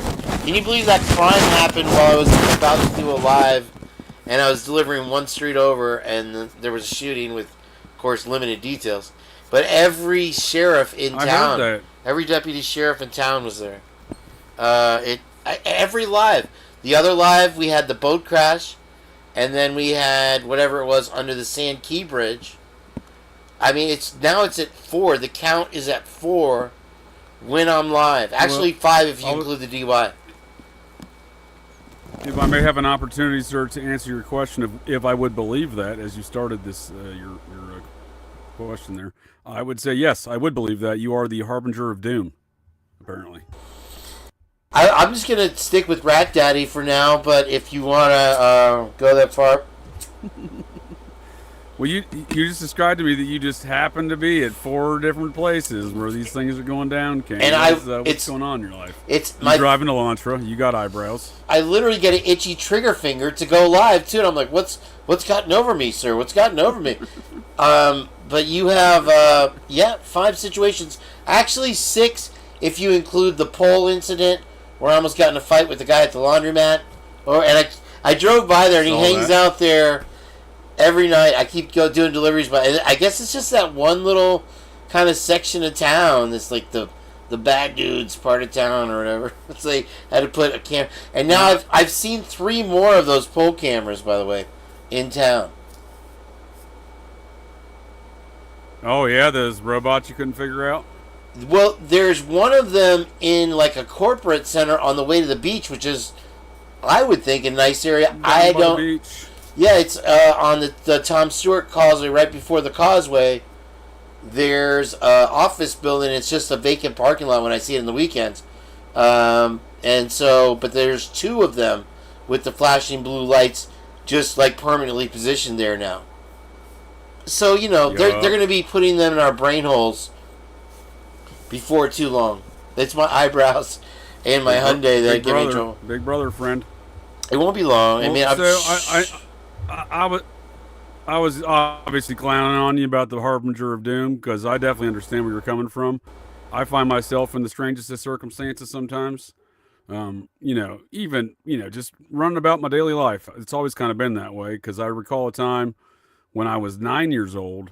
I was hunting for cans in Vermont, like I often did on a summer day, because you get a nickel a can, and someone's got to feed this type 2 diabetes I had as a child. Early on, delicious. Diabetes. So, yeah, I used to go collect cans, you know what I mean, and along the roadways. A lot of beer cans and wine cooler bottles, a nickel a piece, you know what I mean? People would give them to us, like we decided that we needed money one summer, and we just went door to door with bags, and people were like, yeah, hold on. They come out with 4 12-packs of Miller Lite cans for us. I think we ended up getting like $4. This is in the 70s. And we were just little kids. We went around with our parents, or my friend's parents, the McCarthys. For sure. And collected cans one day, and we did it all down the street. People were so nice. And maybe we got like... did at one point in time, right? Maybe we did get like $20 out of it, because we had quite a few bags filled up. I don't know. The parents handled the money, A nickel a can, dude. I mean, it's 20 cans. You got yourself $1, dude. And they're 40 cans. That's $2. Yeah. I guess it is. No, so I used to do that too, man. That's how I spent the 80s. They're collecting cans in Vermont every summer. And oh yeah, up there. Yeah. I'm walking. If you come across a bottle, you're in business. You probably got 15 cents a bottle, right? I wasn't. No, I think it was only still 5 cents for the bottle still in Vermont, if I recall correctly. Okay. But there was, a lot of folks. I lived in a rural mountain town, and a lot of folks, the state route went through there, and a lot of folks would come through town, slowing down or speeding out of town. There, those were the hot points to get yourself some nice empties. You know what I mean?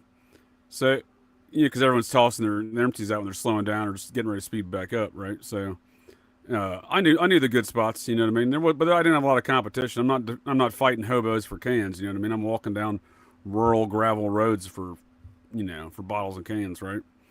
And my cousin and I, we stumbled across a duffel bag. We both see it kind of simultaneously. He was, if I was 9 or 10, it was the summer I was turning 10. I don't remember if it was before or after my birthday that year. Can I sing Stand By Me in the background?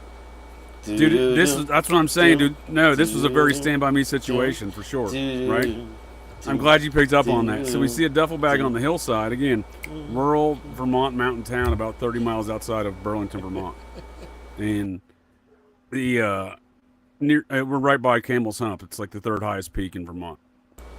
It's the mountain I showed you before. We're on one of the roads around that mountain.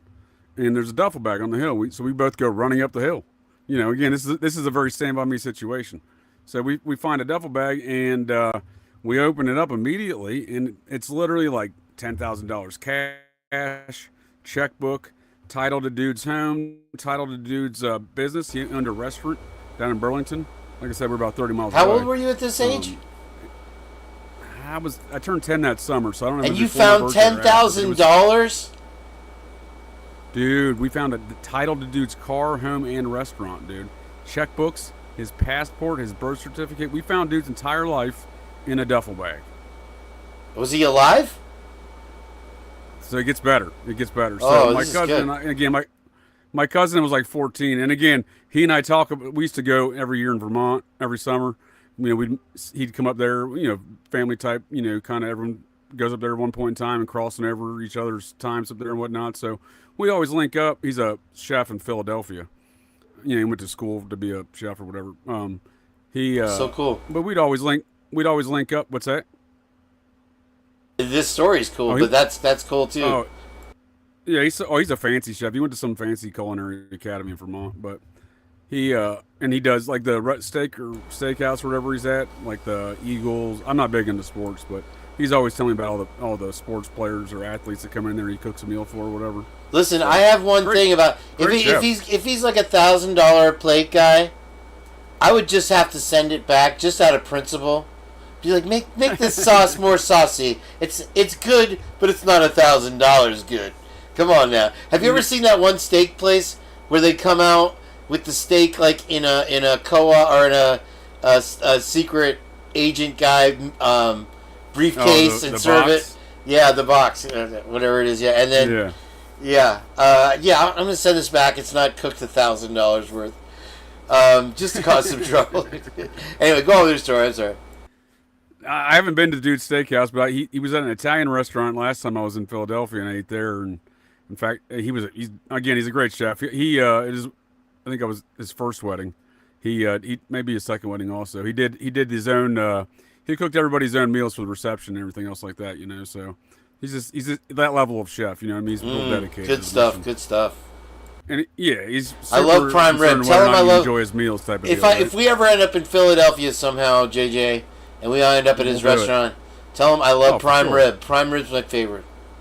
And he'll tell you the same story because every summer, we comically laugh around the campfire of the time we discovered that duffel bag. So there was no parents around that day, his folks or my folks or Gran folks. Let me be perfectly clear. Where was the duffel bag? Was it on the train tracks looking for cans? Where was it? No, so we're that mountain Camel's Hump. We're on a rural gravel road that runs through the town around that mountain, the town of Huntington, Vermont, which sits at the southern base of that mountain.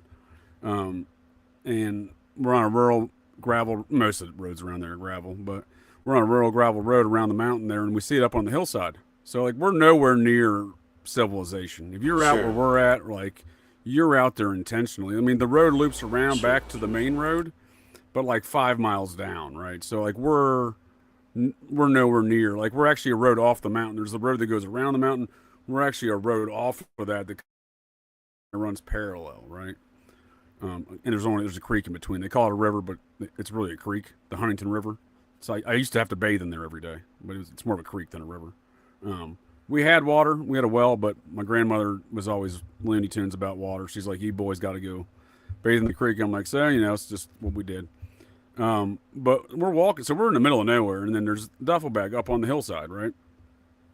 Again, we're walking this stretch for cans because folks drink along the back roads and throw cans along the back roads, right? This is a back road. And we see the hillside. We both run up there, grab it again. $10,000 cash, title to homes, cars, restaurants, passport, birth certificate, literally the dude's entire life, right?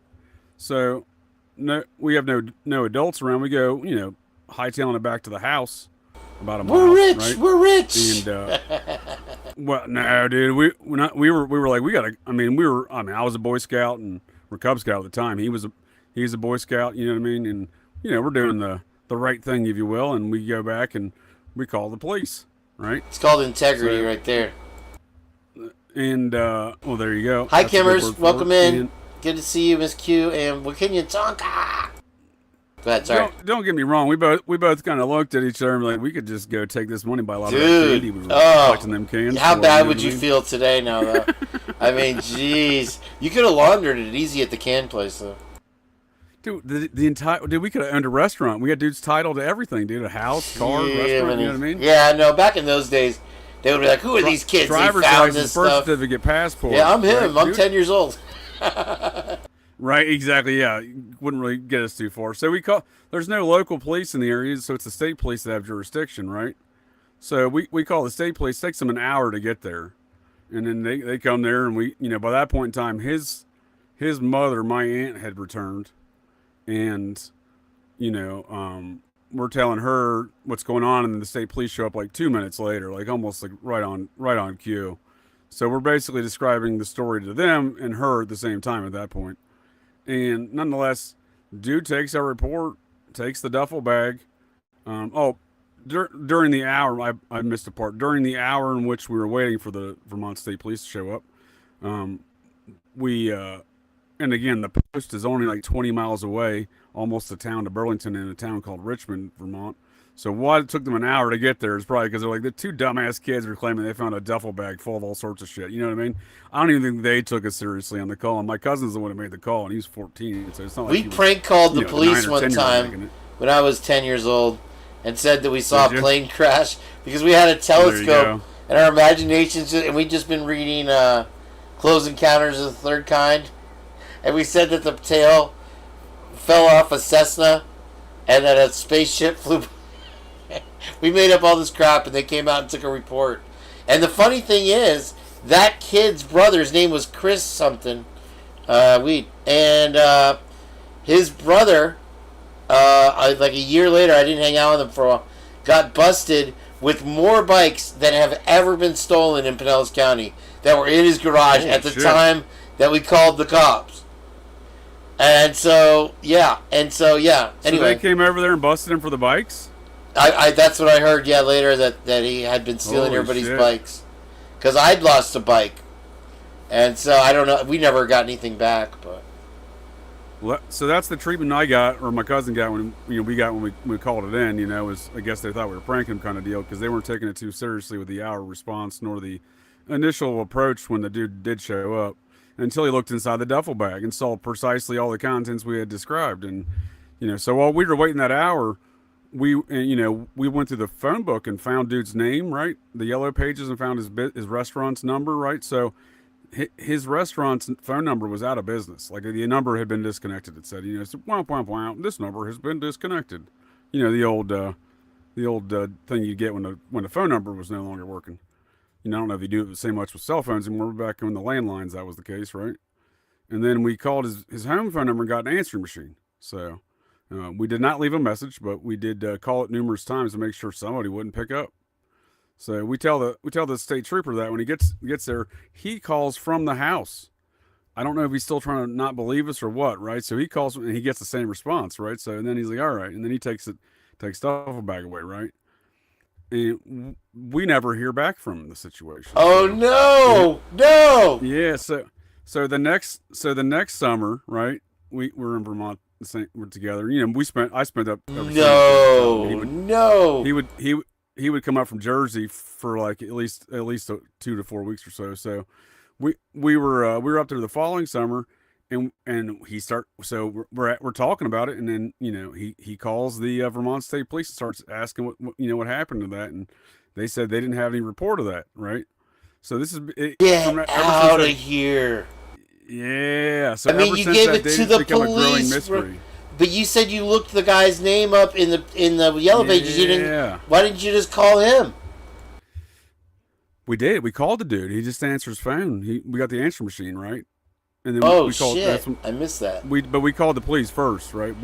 During the hour, we decided we'd call that dude too. I remember as we called the police first. My cousin. You called him, and he never called you back. That dude. So he never called you back.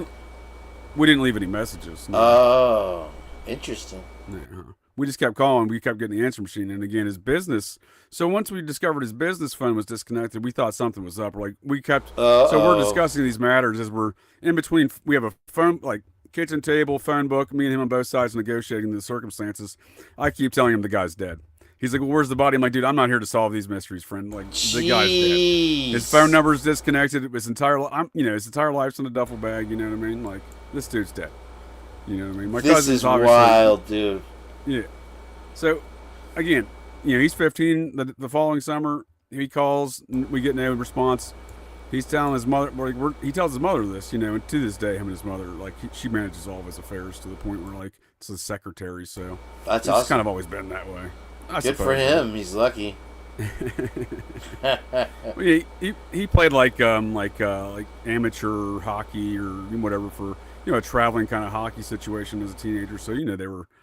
He's just always he was able to save up some coin or whatever.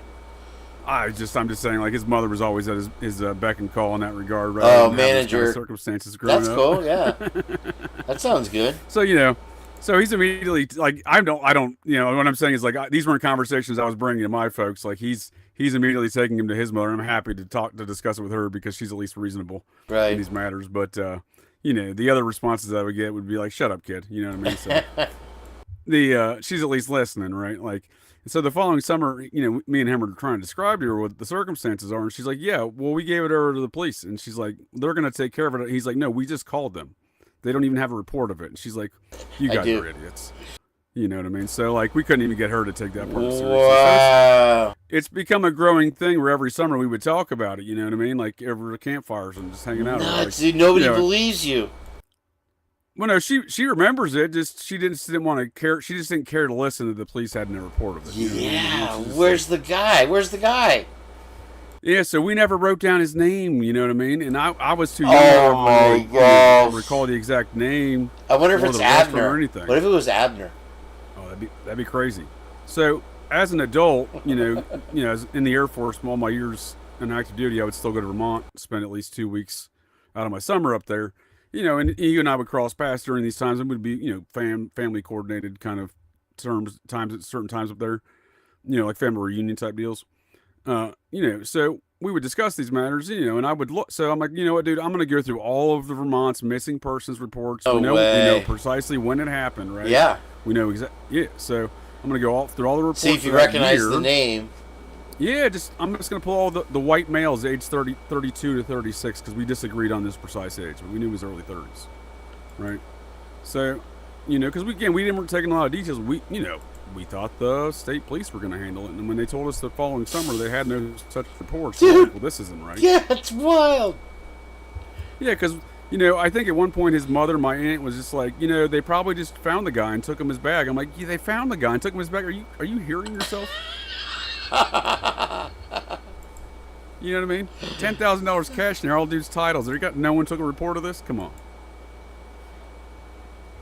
So, yeah, so I went through all the reports. There's no missing reports in the state of Vermont. No murder reports, no missing reports of a man that fits a white male, even in his 30s at all. There's not that many murders in Vermont in general, especially in the 80s. Okay, I get it. I can believe that. So when you say you find yourself in strange circumstances, I can see when I was saying you're the Harvard dude. I love that story so feckin' much, and I wonder if we could ever solve that.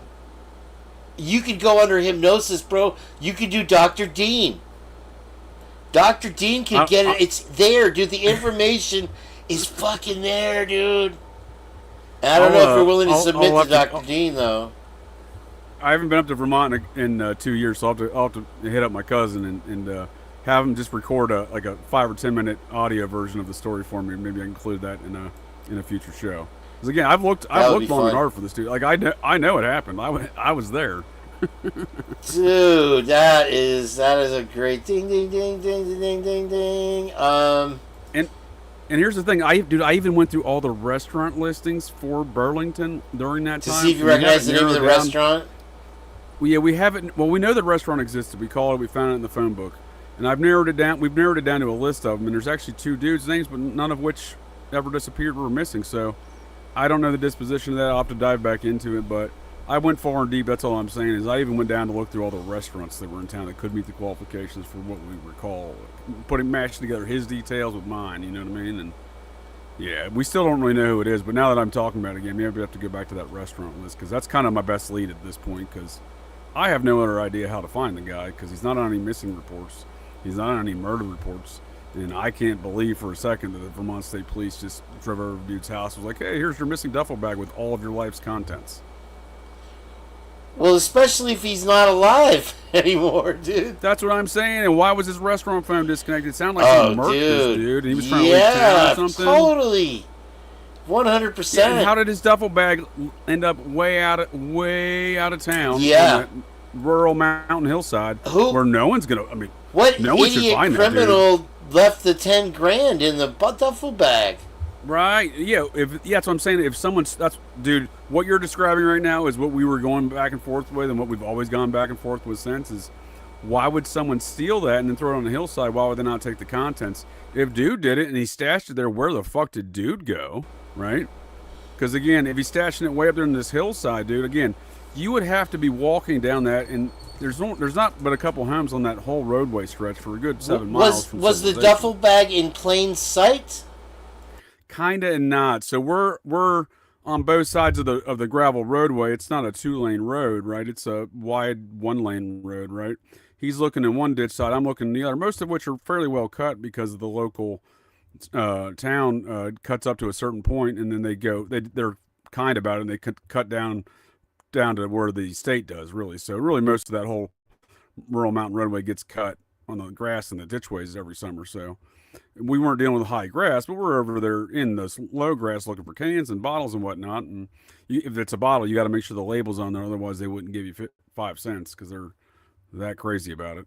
You had to have the label that said 5 cents on it, right? I've gone through that enough. They had labels back then? I don't remember cans having a label you find on yourself them. a nice the bottles. You find yourself wine. This is the mid 80s, or I'm sorry, this is the late 80s, my friend. So this is this would have been 1989.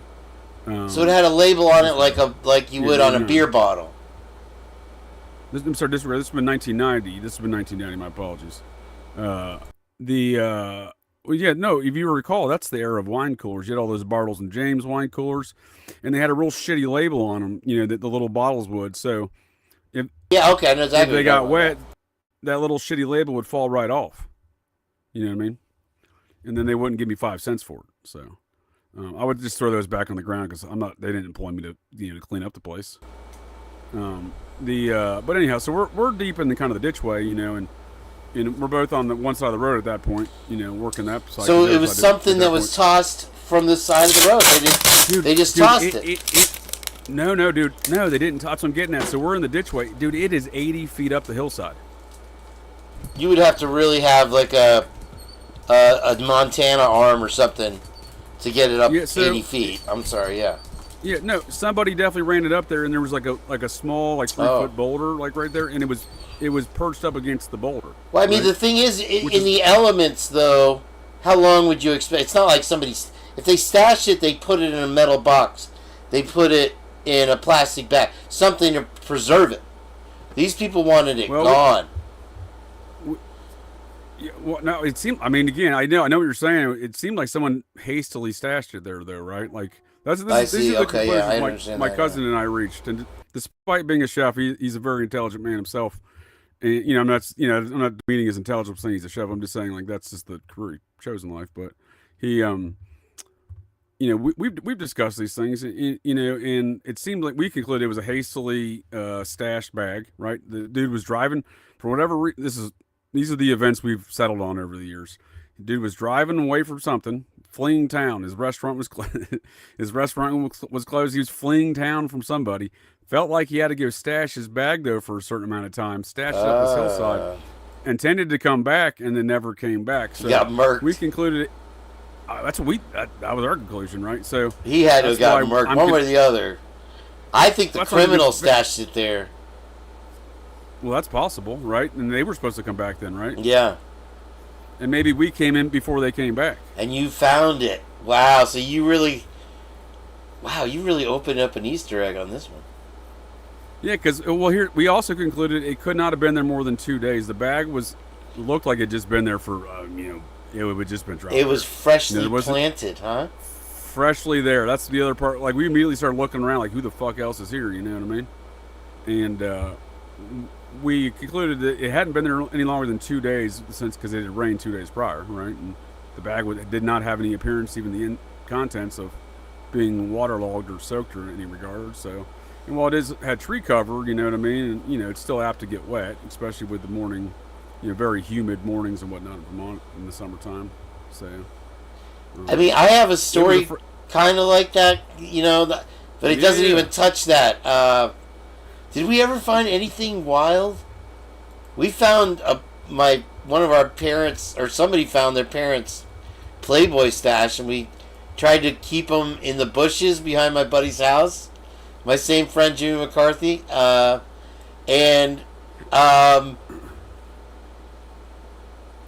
mom found it. Like that was gonna be because it was like a little tree fort, but it was just bushes on the ground. And, it was like, well, we'll stash them here. And we could look at them. And then the mom found it. And she's like, well, you can look at them, boys. These are just women's beautiful bodies. And she let us look at them. It was just awkward. I think she was like in the next room. But there was another time with the same family lived in Hampton Bays, New York, Long Island. And I went to go visit them when I was 10. For the summer, and I stayed with them a month, right? And what was the story? Damn. Wait, where did I start that with? Damn, I forgot. You were talking about Playboys. Oh, we went to a beach. I don't know if it was Gilgo Beach, but we went down by the beach. we went. They lived on the water, but we had to go down to one of these beaches near Fire Island or something, whatever it was, and there was a long walk to the beach. It was, you have this little parking lot, like you're in a city park with the woods and all that, and then you walk this is trail. Long Island? In Long Island. I'm 10 years old, Yeah. and I'm with my best friend and his family, and we're going to the beach. Your bestie? And so, along the way, there was 2 people doing it right there in the pathway. Like, Oh, wow. no shame in the game, just banging it out really hard, and we're just this family walking by like, it's okay, folks, that's perfectly natural, is what she said. She was so cool. She was the nicest lady, Miss McCarthy. And was this Jones Beach or Oak Beach? What were we talking about? whatever's probably closest to Hampton Bays. Hampton Bays is Suffolk. Okay. It's more the middle of the state than it is You towards said Fire Island. Gilgo, so you got Oak Beach on one side of Gilgo and you got Jones Beach on the other. I don't know, but I remember when we did get to the beach that there was gale force winds, and I had learned to swim really well with this lady and her kid and everything, and so there was gale force winds, and the waves were just pow pow. It was just victory at sea, and like, yeah, go ahead out there and swim. We're 10 years old, and we did, man. We were riding the little waves and having a blast. I guess he was a retired fireman, so he probably could have saved us. Although he fell 12 stories on his back. He was a retired New York City fireman. He fell 12 stories. He always had back pain.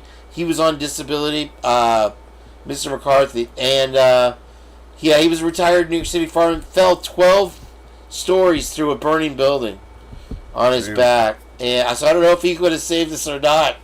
But yeah, the people were just doing it right there and out in the open. And, she made... The other thing that happened on that trip was... What year was this? This was... I was 10, so 79. 79. And here's the thing... The height of activity at Oak Beach Inn, if you were near Oak Beach, but please continue. Oh, really? I don't know about Oak Beach. I know there's a lot of stuff. Anyway, so when I flew up there from Tampa Airport, I was 10, and of course I flew by myself. And so it was a big deal for a kid to travel by themselves back then, but I was mature for my age. And It was a big deal in the 80s when I traveled at that age by myself, sure. And I got on the plane, and I go, and, you had dial phones still. It wasn't even push buttons yet. Rotary. And so, I don't know where the miscommunication happened, but they went to go pick me up in LaGuardia, which was, I guess, closer to their house, and they assumed I was coming there, and I went to JFK. And so I'm 10 years old, and I was in the terminal by myself for like 3 hours. And like once in a while, a stewardess or something would come and check on me, or whatever they had there, I guess. But after a while, they just forgot about me, and finally, they found me just sitting there. And so yeah, when we drove through Queens, and I remember driving through New York City, they had the big water towers you could see from the interstate, and somebody had spray painted on the tower. You remember Budman? Like he had his cape, and the superhero for Budweiser. They'd spray painted him on the side of the water tower, but it said Pudman, and I'm like, what does Pud mean? What's a Pudman?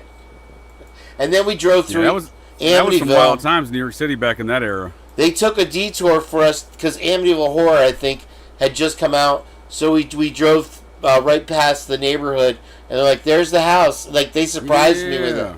They're like, "There's the Amityville house." You were at the beach near Amityville then? No, that was just on the way to Hampton Bays. Hampton Bays is probably an hour from there. You were in you were out in the Hamptons, then, okay? Well, it's not the Hamptons, but it's the Hampton Bays. Is like regular folk. Yeah, your Bays. Yeah, I understand. No, so right there by Amityville is that Oak Beach, Gilgo Beach, Jones Beach area, which is a very popular stretch. More so than Jones Beach, but maybe that was it. Jones Beach sounds familiar. I was 10, very popular family destination. So I can't tell you. Yeah, real family friendly. Let me tell you. Well, that's what I was getting at. But if you go in on the Oak Beach, it's a causeway, and if you go in on the Oak Beach side and you went over there, that sounds like what you may have walked into. So in 1979, there was something called the Oak Beach Inn. It was a nightclub located over there in the water on that side of the beach. Again, it's the same road. You can only get in the causeway 2 different ways, and one side's the Jones Beach side, the other side's the Oak Beach side, and you got Gilgo in between. But either way, you can go. You can, when you're, it's a U shape. So you come in one way, you can go out the other. But you may come in the Oak Beach side. It sounds like, because the Oak Beach Inn was infamous for being the Process Church nightclub out there on Long Island, kind of the Studio 54 of Long Island. Okay. I had a boss that worked at Studio 54 when she was a teenager. Are you serious? Yep. Yeah, she used to tell me all kinds of crazy stories. I could probably talk to her again and get some crazy stuff now that I have a more of an intellectual ish interest in it. But yeah, she worked there. You mean to tell me that I'm 2 degrees separated from somebody who was employed at Studio 54? Correct, sir. Yes, and I'm friends with her on Facebook. I'll get in touch with her, and we may have to work something out here. I'll have her on a live. She is awesome. You will love her, Miss Chris. She was the owner's wife of the restaurant I worked at, the Tarpon Turtle. Oh. And we were like best buddies. One of those queer fellows at Studio 54's wife. I'm like, I don't know that either one of them was married. Now, I did eventually hit on her daughter. Wait, this is way after we worked together. She was my manager. I see an and she was married to a cop, a New York City cop. So I don't know what the standing between me and Miss Chris are perfectly right now. We always got along thick as thieves. She always took care of me, and I made good money there.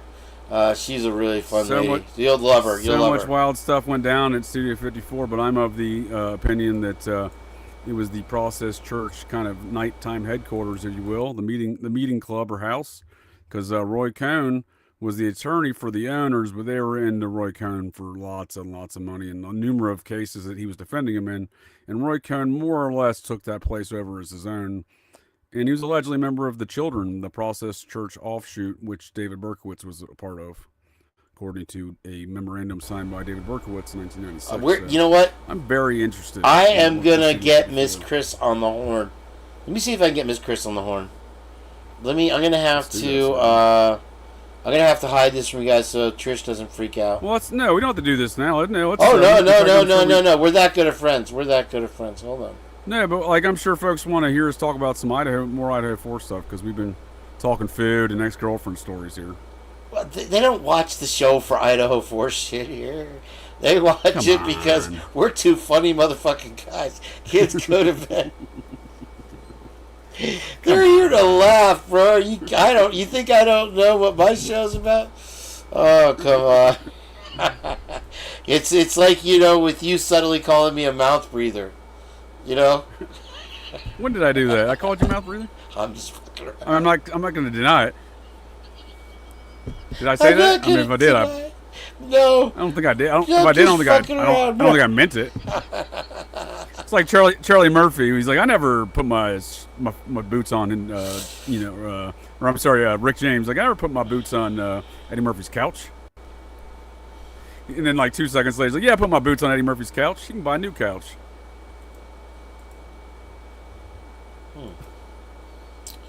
You don't remember that part from the Dave Chappelle show?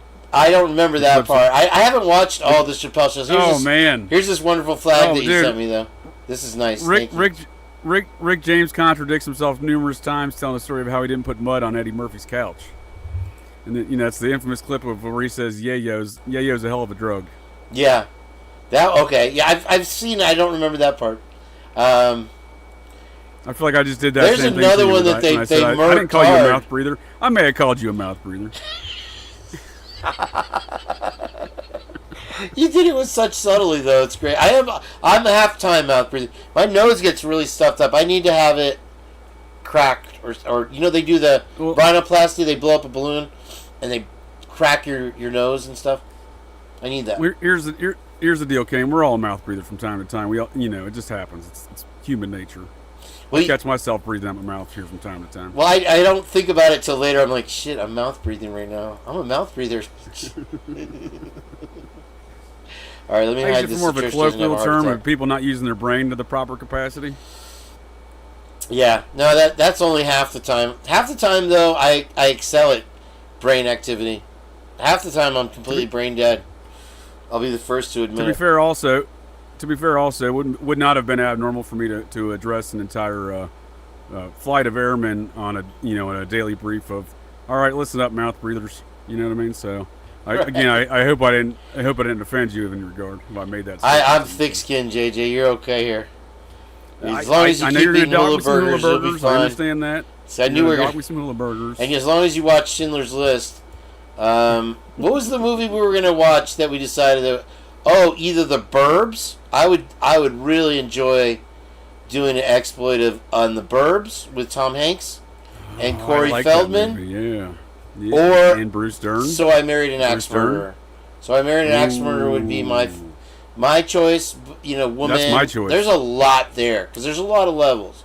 I think that Michael Myers went straight down south with Austin Powers and I mean, it's cute, but when you do an intellectual movie, an intellectual comedy like So I Married an Axe Murderer, you've next leveled it for me, and anything you do after that's gonna be hard to top, I guess. The masses love. You do have Get in My Belly and all that. That's good stuff. $1 Million.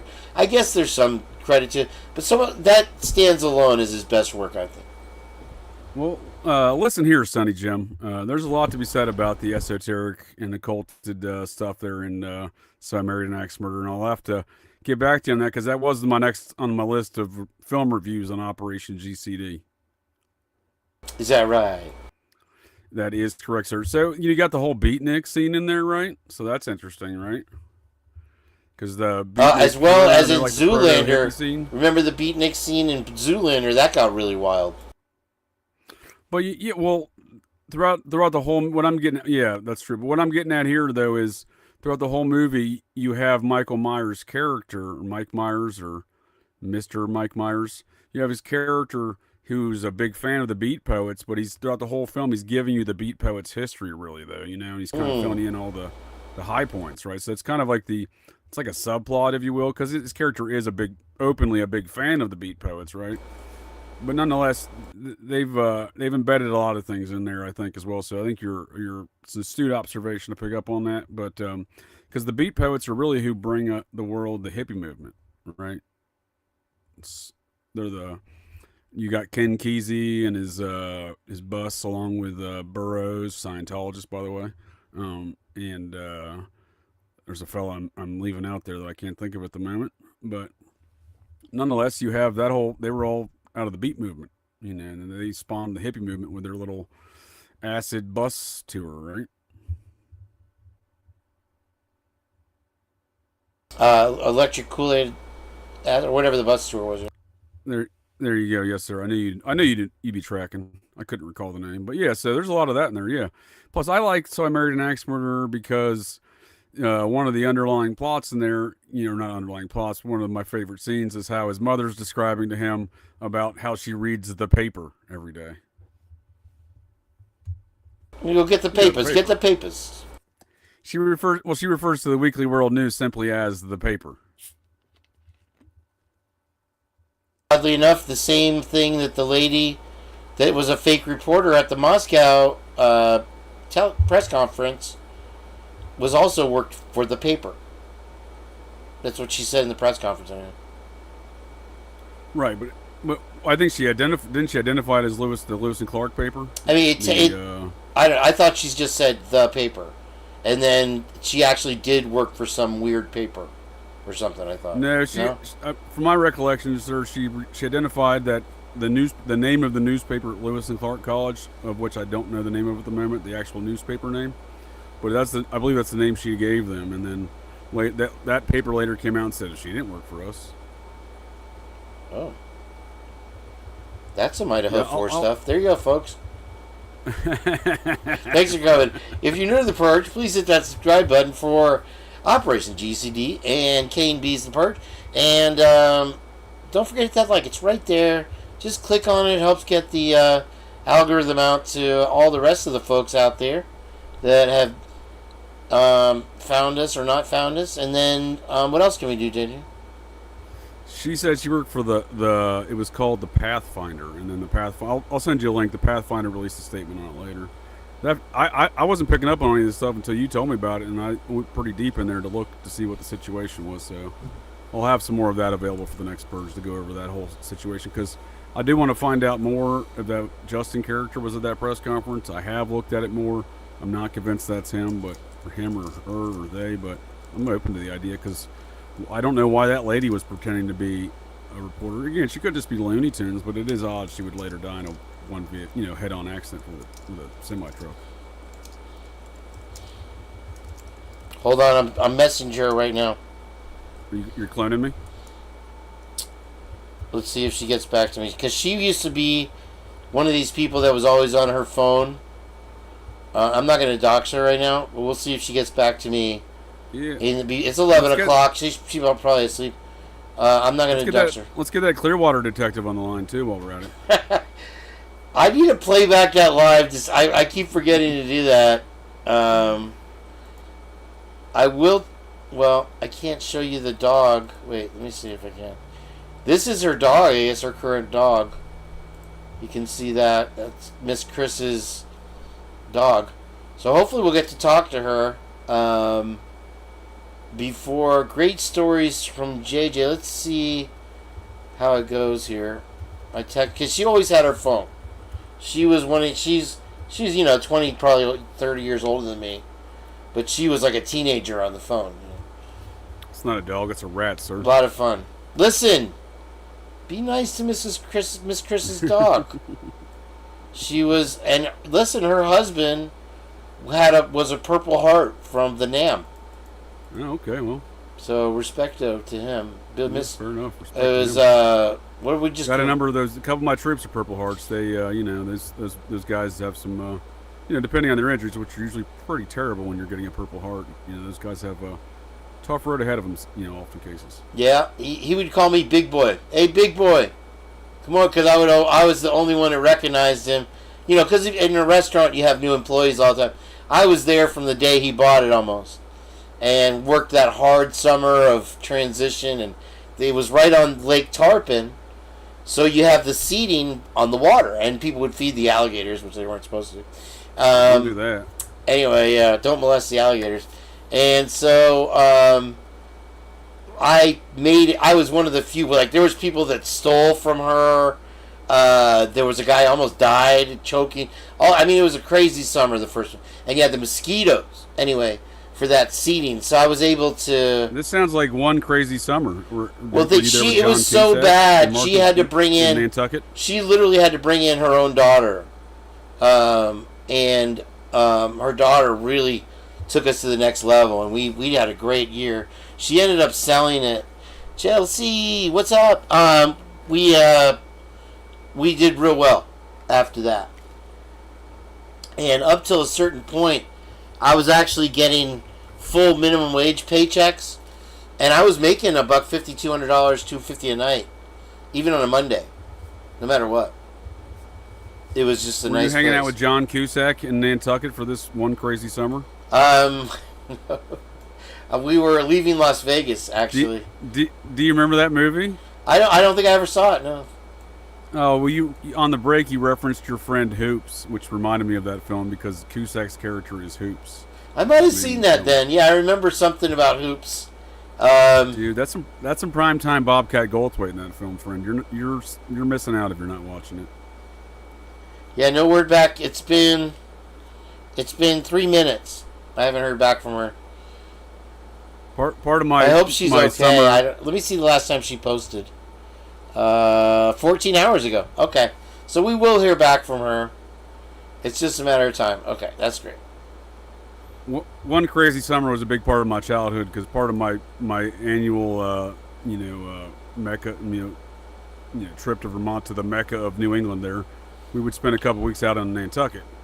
So, in one crazy summer takes place. Oh wow! I'll show you a picture of her. I'm not going to give you her name or full name, but I'll show you a picture of Miss Chris that worked at Studio 54. I'm excited to talk to her now. I haven't talked to her in so long.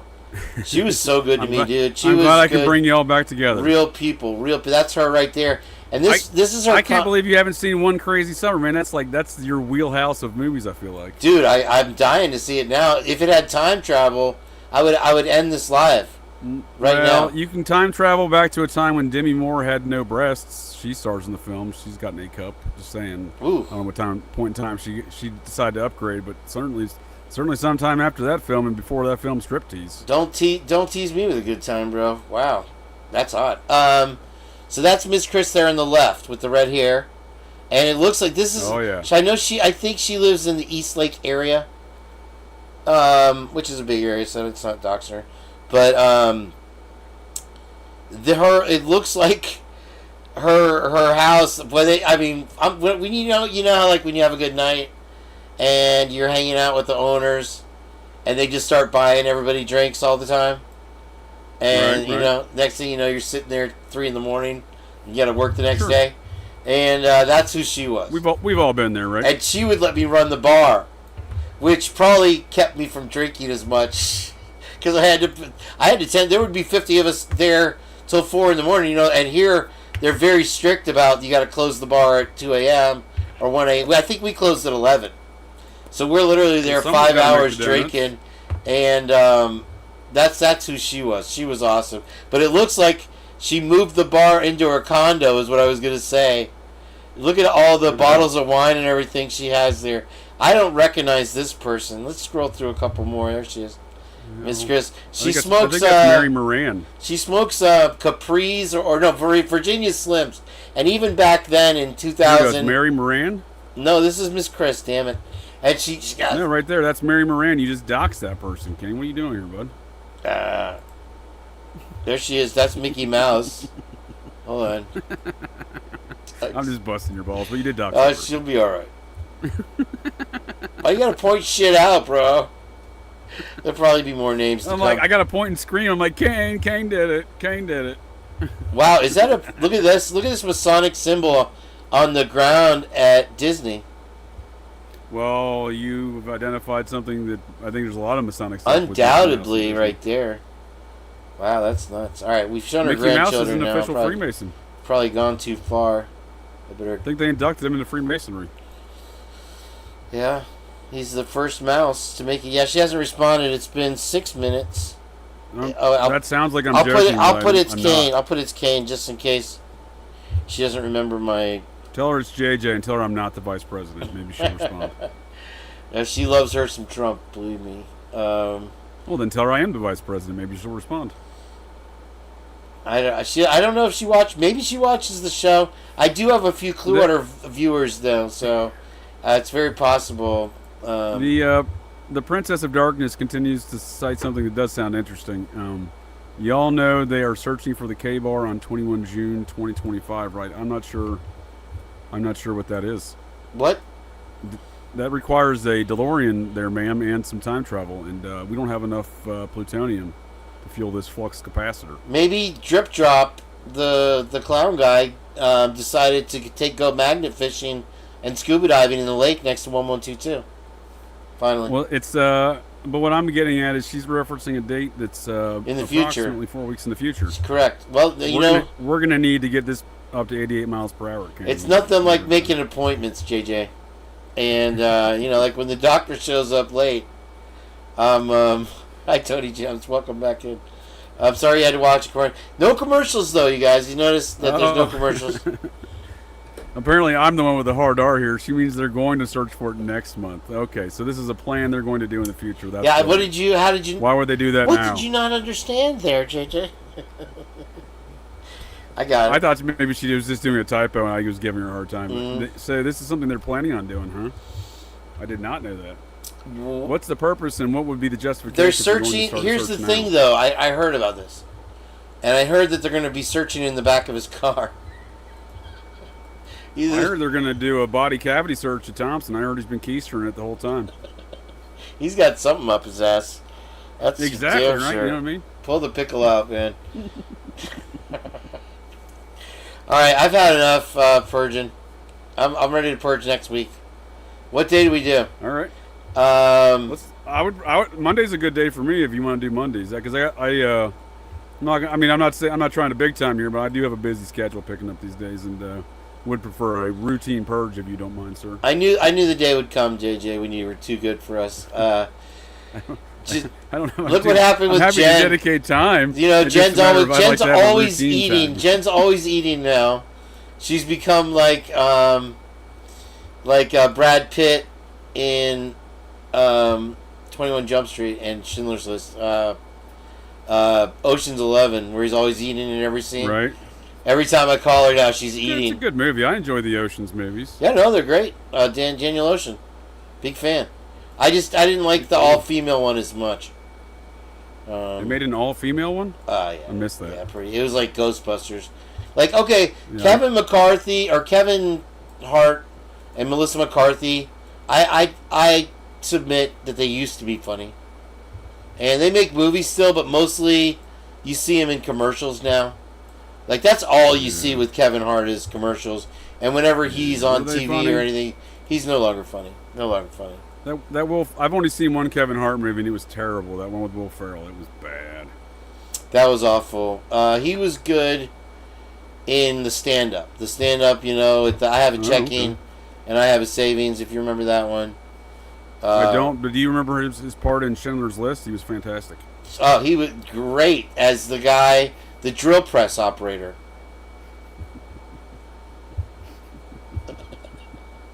How many hinges have you made today? But they were calibrating the machines. That's fantastic. Well, before we close out, if I may ask you a series of questions that may or may not take the next 70 to 90 minutes. No, I appreciate your time, and I'll be happy to make my schedule available for whatever day you decide to purge. Excellent. I'm just Wednesdays are no good for me, and Fridays are no good. So I will definitely do my Mondays are best preferable. to avoid schedule conflicts, and I'll let you know. Yes, Sundays, Wednesdays, and Fridays. No bueno. Any other day, I'll see you there. Yeah, I like to do the Thursdays. Today, what day is today? It's Monday, Memorial Day. So yeah, it's looking like a Thursday purge. I apologize again to everybody that's been here, and I appreciate you guys. You've been here at the beginning and the end, or you come back in or whatever. For the delay today, I honestly was getting that reel ready and dumpster diving for joy, for the sheer joy of it. I do want to close out on one topic relative to all this propaganda, and this one's a non-Blum related propaganda. Oh, this is come James on. Patterson. Hey, I used to go to school with a kid named Patterson. Well, I'm not sure if it's the same guy. Might have been a relation. I can't be convinced it's not the same guy. We had Pattersons. We didn't have any Tonkas, though. We had Maliches. We had all kinds of wild people named Fred. Well, I can't be convinced it's not the same guy. Just like when I lived in Great Falls, Montana for 3 years, back where that cannibalistic child diddling serial killer fed up human meat burgers at the Hardys. And where that detective John Cameron was a detective. He's the one who worked that case. The guy who wrote the book on Edward Wynne Edwards, where we kind of were at earlier this conversation. When I lived there in good old Great Falls, Montana, which the more I think about it, that place reminds me of Minot, North Dakota, kind of the Son of Sam stuff. Speaking of all this cult activity, right? I'm oftentimes reminded of. Is there a question coming? I just wanted to be ready. Is there a question coming? You said you were at a 70 to 90 minute question. So I was wondering if this is a build up to the question and be ready. I was trying to wrap up some of where we were at in our conversation night back with I was trying to bring it back full circle for tie it up in a nice bow for me, JJ. I was trying to hit some of the higher points we were at earlier and trying to bring it in for a close here. And now that I was trying to do that, I don't remember where the close was. I've lost the end of that circle, sir. So, my bad. Let's see if Miss Chris has gotten back to me. Let me make sure that's hidden. Okay, that's good. All right. Yeah, give me a second. I'll find that back here in my brain hole where I was with that. No, she has. Maybe she hasn't had. I'm enjoying a fine drink from the folks at Diet Mountain Dew. Oh, wonderful! It's very refreshing. Nice. Don't you have something else that goes with that? I've got to go down to the Circle K and buy some double chocolate. I do have some Hostess double donuts. chocolate donuts. What time are we at? 11:33.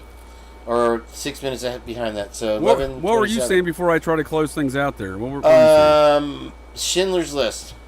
I'm sure. Schindler's List. No. I missed my point. Beat but it. so, Just beat. No, you were talking about Montana, and you were talking about how wrapping it up with the things that we were talking about earlier, and the cult activity at that time. Yeah, then I lost where I was wrapping it up there with commenting on John Cameron and the kid diddling pedophile cannibal fella. There in Great Falls. Peter File. Something to do with Great Falls, though. And again, now that I mentioned Great Falls, then I got lost in my own brain hole talking about Son of Sam stuff and the process. That's a big canyon in there, I tell you. It's a big. You get lost in all those malted hops and bong resin. But so, if I can never find that point, I'll let you know. But I do want to close out with mentioning James Patterson. That's what I was talking about. James Patterson. James Patterson. I was just here we go. Patterson. I figured it out. So you said you went to school with James Patterson. I said we can't confirm whether or not that's the same James Patterson.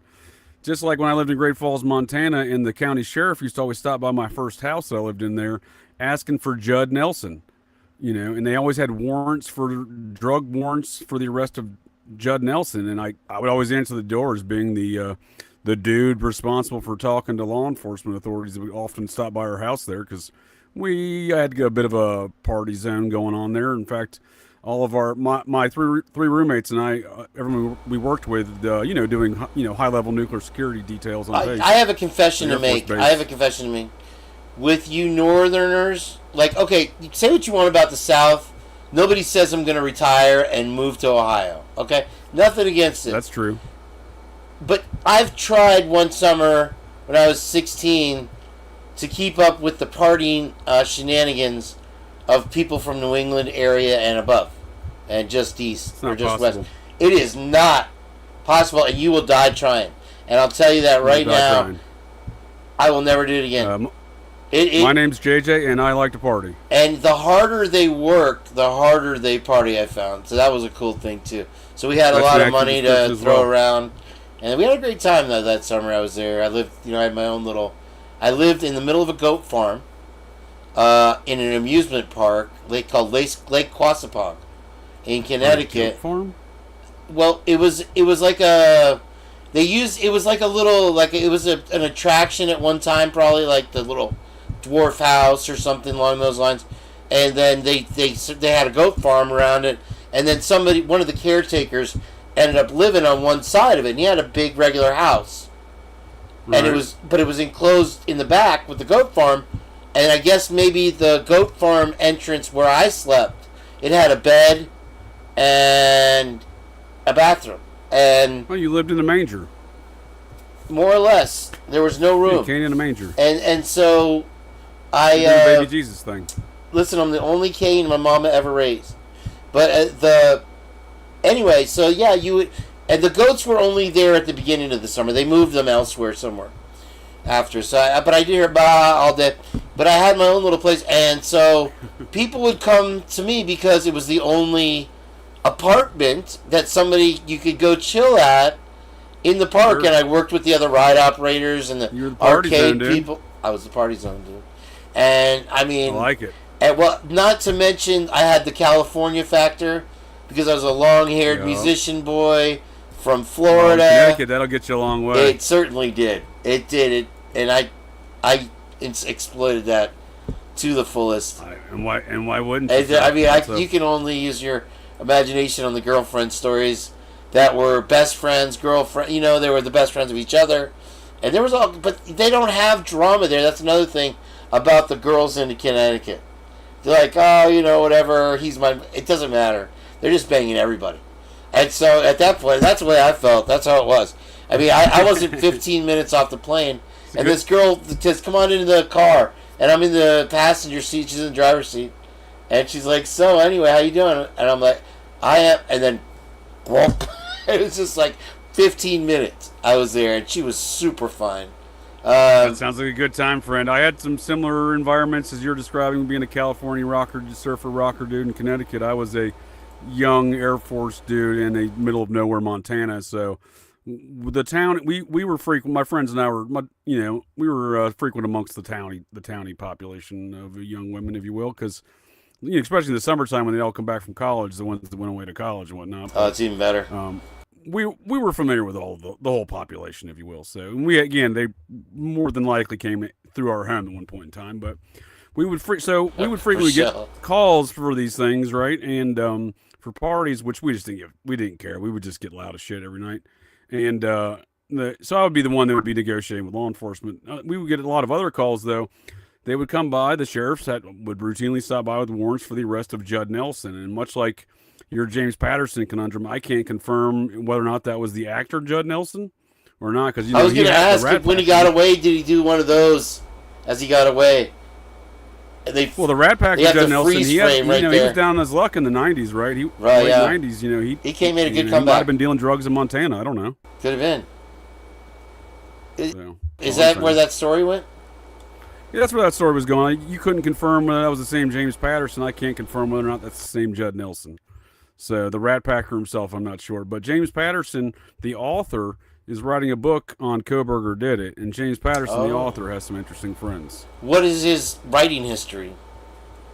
Well, he recently wrote... Well, I think he did Bill Clinton's I think Heather Ford was talking about there was another book coming out about this one. Idaho 4, and it's Patterson. I remember that. He did Bill Clinton's book. He wrote that Jeffrey Epstein one. They made Dirty Money, I think, Netflix. Now, what's funny is I believe Patterson rode with Clinton on Epstein's plane, so that's a weird guy to select to write your book. Epstein. Yeah, Jeffrey, not the Disney executive who unfortunately had the same name. That's Eisenberg. Eisenhower. They call him Old Ironside. Yeah, so in May 2017, it was announced that Patterson would also co-author a crime fiction book with former U.S. President Bill Clinton. Crime.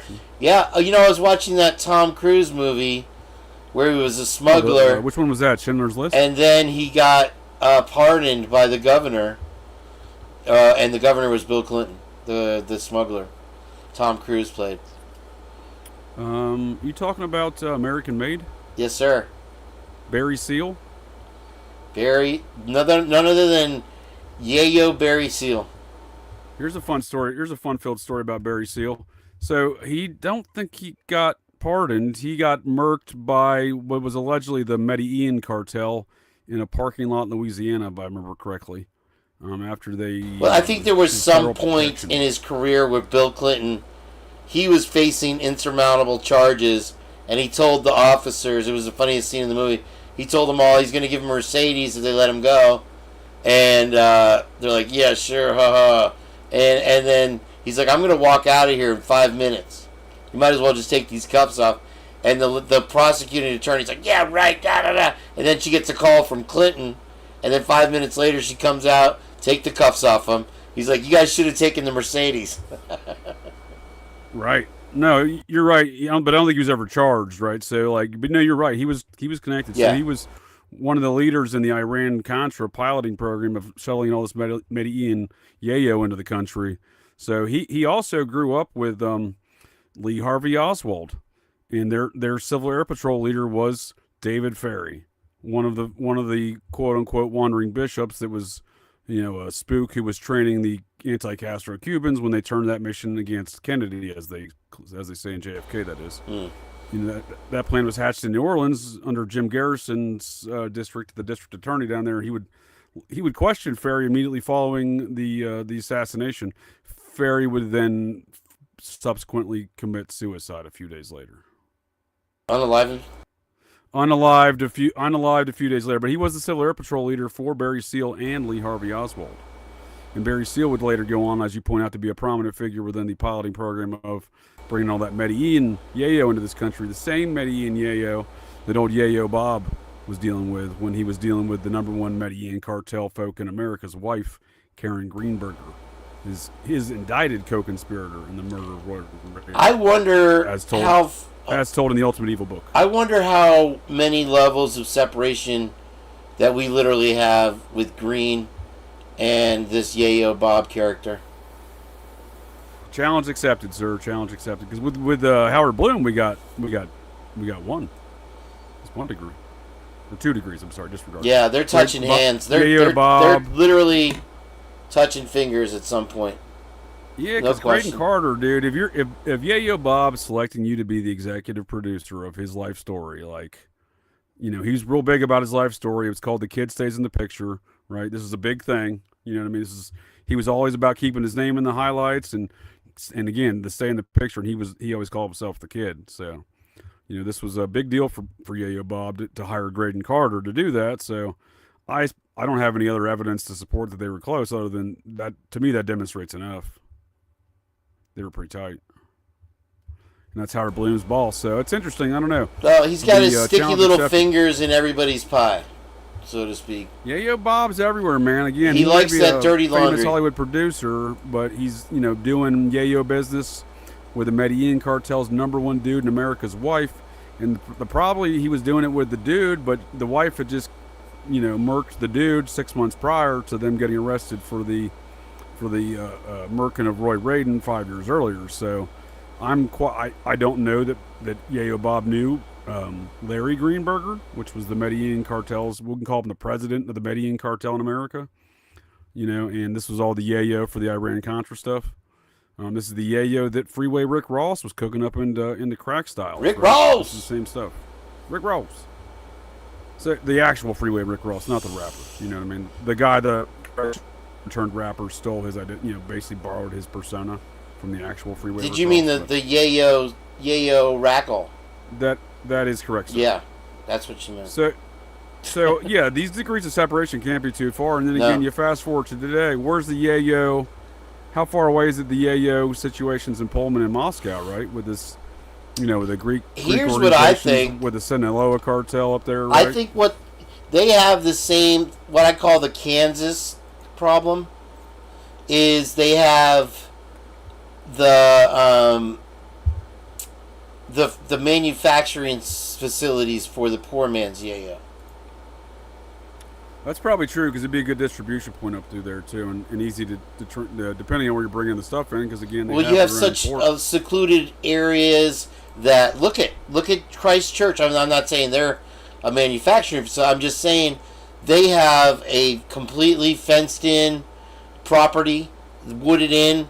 To get there would be like a literal operation to defeat their, and he's got flamethrowers inside of it to boot. Sure. To keep you out. So that he can't be the only one, which is why we see militias and stuff over there. And so you have that. And so, yeah, I imagine that that's just as big a business. And we also know the Fett is, Boba Fett or whatever is very prevalent now in everything, too. Sure, and we know we know given the quantity of that poor man's yayo, they're cooking it up in there somewhere. And don't soon forget, we got an international port that goes right into Latol County. The river. Here comes the river. Runs through it, not even Brad Pitt style. That's yeah. So it's a nasty place. It's got to be like the Wild West, really behind the scenes, because if you have elected officials and you have law enforcement that are either looking the other way or facilitating this for now decades. And once, you know, it's funny with money. It's never enough. So even if they've been doing well, they say, well, why don't you just do it? Another thing is with Sinaloa and these other cartels is once you've signed that contract, it's blood in, blood out. Point blank, period. Right. So it's not going to stop. And if somebody opens their mouth like that, murked. You're out of here, mister. Get out of here! All right, that's it, folks. We're going to shut it down pretty soon here. Yeah, so, but on that note, with James Patterson in his book, I have to get back to you on the exact Epstein connection. He did write that book on Epstein that was made into a Netflix documentary. Yeah. He did co-author a book with Bill Clinton, but he lives down in West Palm Beach. Well, did you know that Koberger was researching Bundy? Well, yeah, but I mean, let's be honest about it. Who's not researching Bundy? Let's be honest about that. You know, and back to Vermont. Maybe he was. I mean, he was a criminology student, but he's not allowed to look at the news of a murder that happened 10 miles away. Let's not have anyone scrutinize yours and my search history now here, Kane. Oof. But back to Vermont. Bundy was born in Burlington. Just saying. Oh, okay. Yeah, I knew he was a nor'easter guy. He was born in the unwed mother's hospital down there in Burlington. Really? The unwed mother's hospital. There's something you can't say these days. My aunt was a nurse at that hospital. Oh my gosh! Here we go. That's 2 degrees right there. To Bundy. From Bundy, she worked there during Bundy. I'm not saying she delivered Bundy, but she worked there during Bundy's time there. Right? That's wild. Mother's time there. That's wild. Yeah. All right, let's shut it down right there. I think we wrapped it up pretty good. Shutting her down. Have a great week. Last note. We got if James Patterson. I'll get back to you on the Epstein-Patterson intersection. There is more than just the Clinton situation there. Although Patterson and Clinton are tight, and again, Patterson lives in West Palm Beach. But isn't that weird? Because we got Leon Black, Coomer Scott Green's buddy there at Apollo Global Management with the University of Phoenix deal. He's paid over $200 million to avoid litigations to Epstein victims. So a lot of Epstein stuff going on, right? Yes, sir. I like that. All right, on that note, I'm going to rage quit. Thank you for watching this last commercial. Have a great night. Great Purging. Hope you had a great Memorial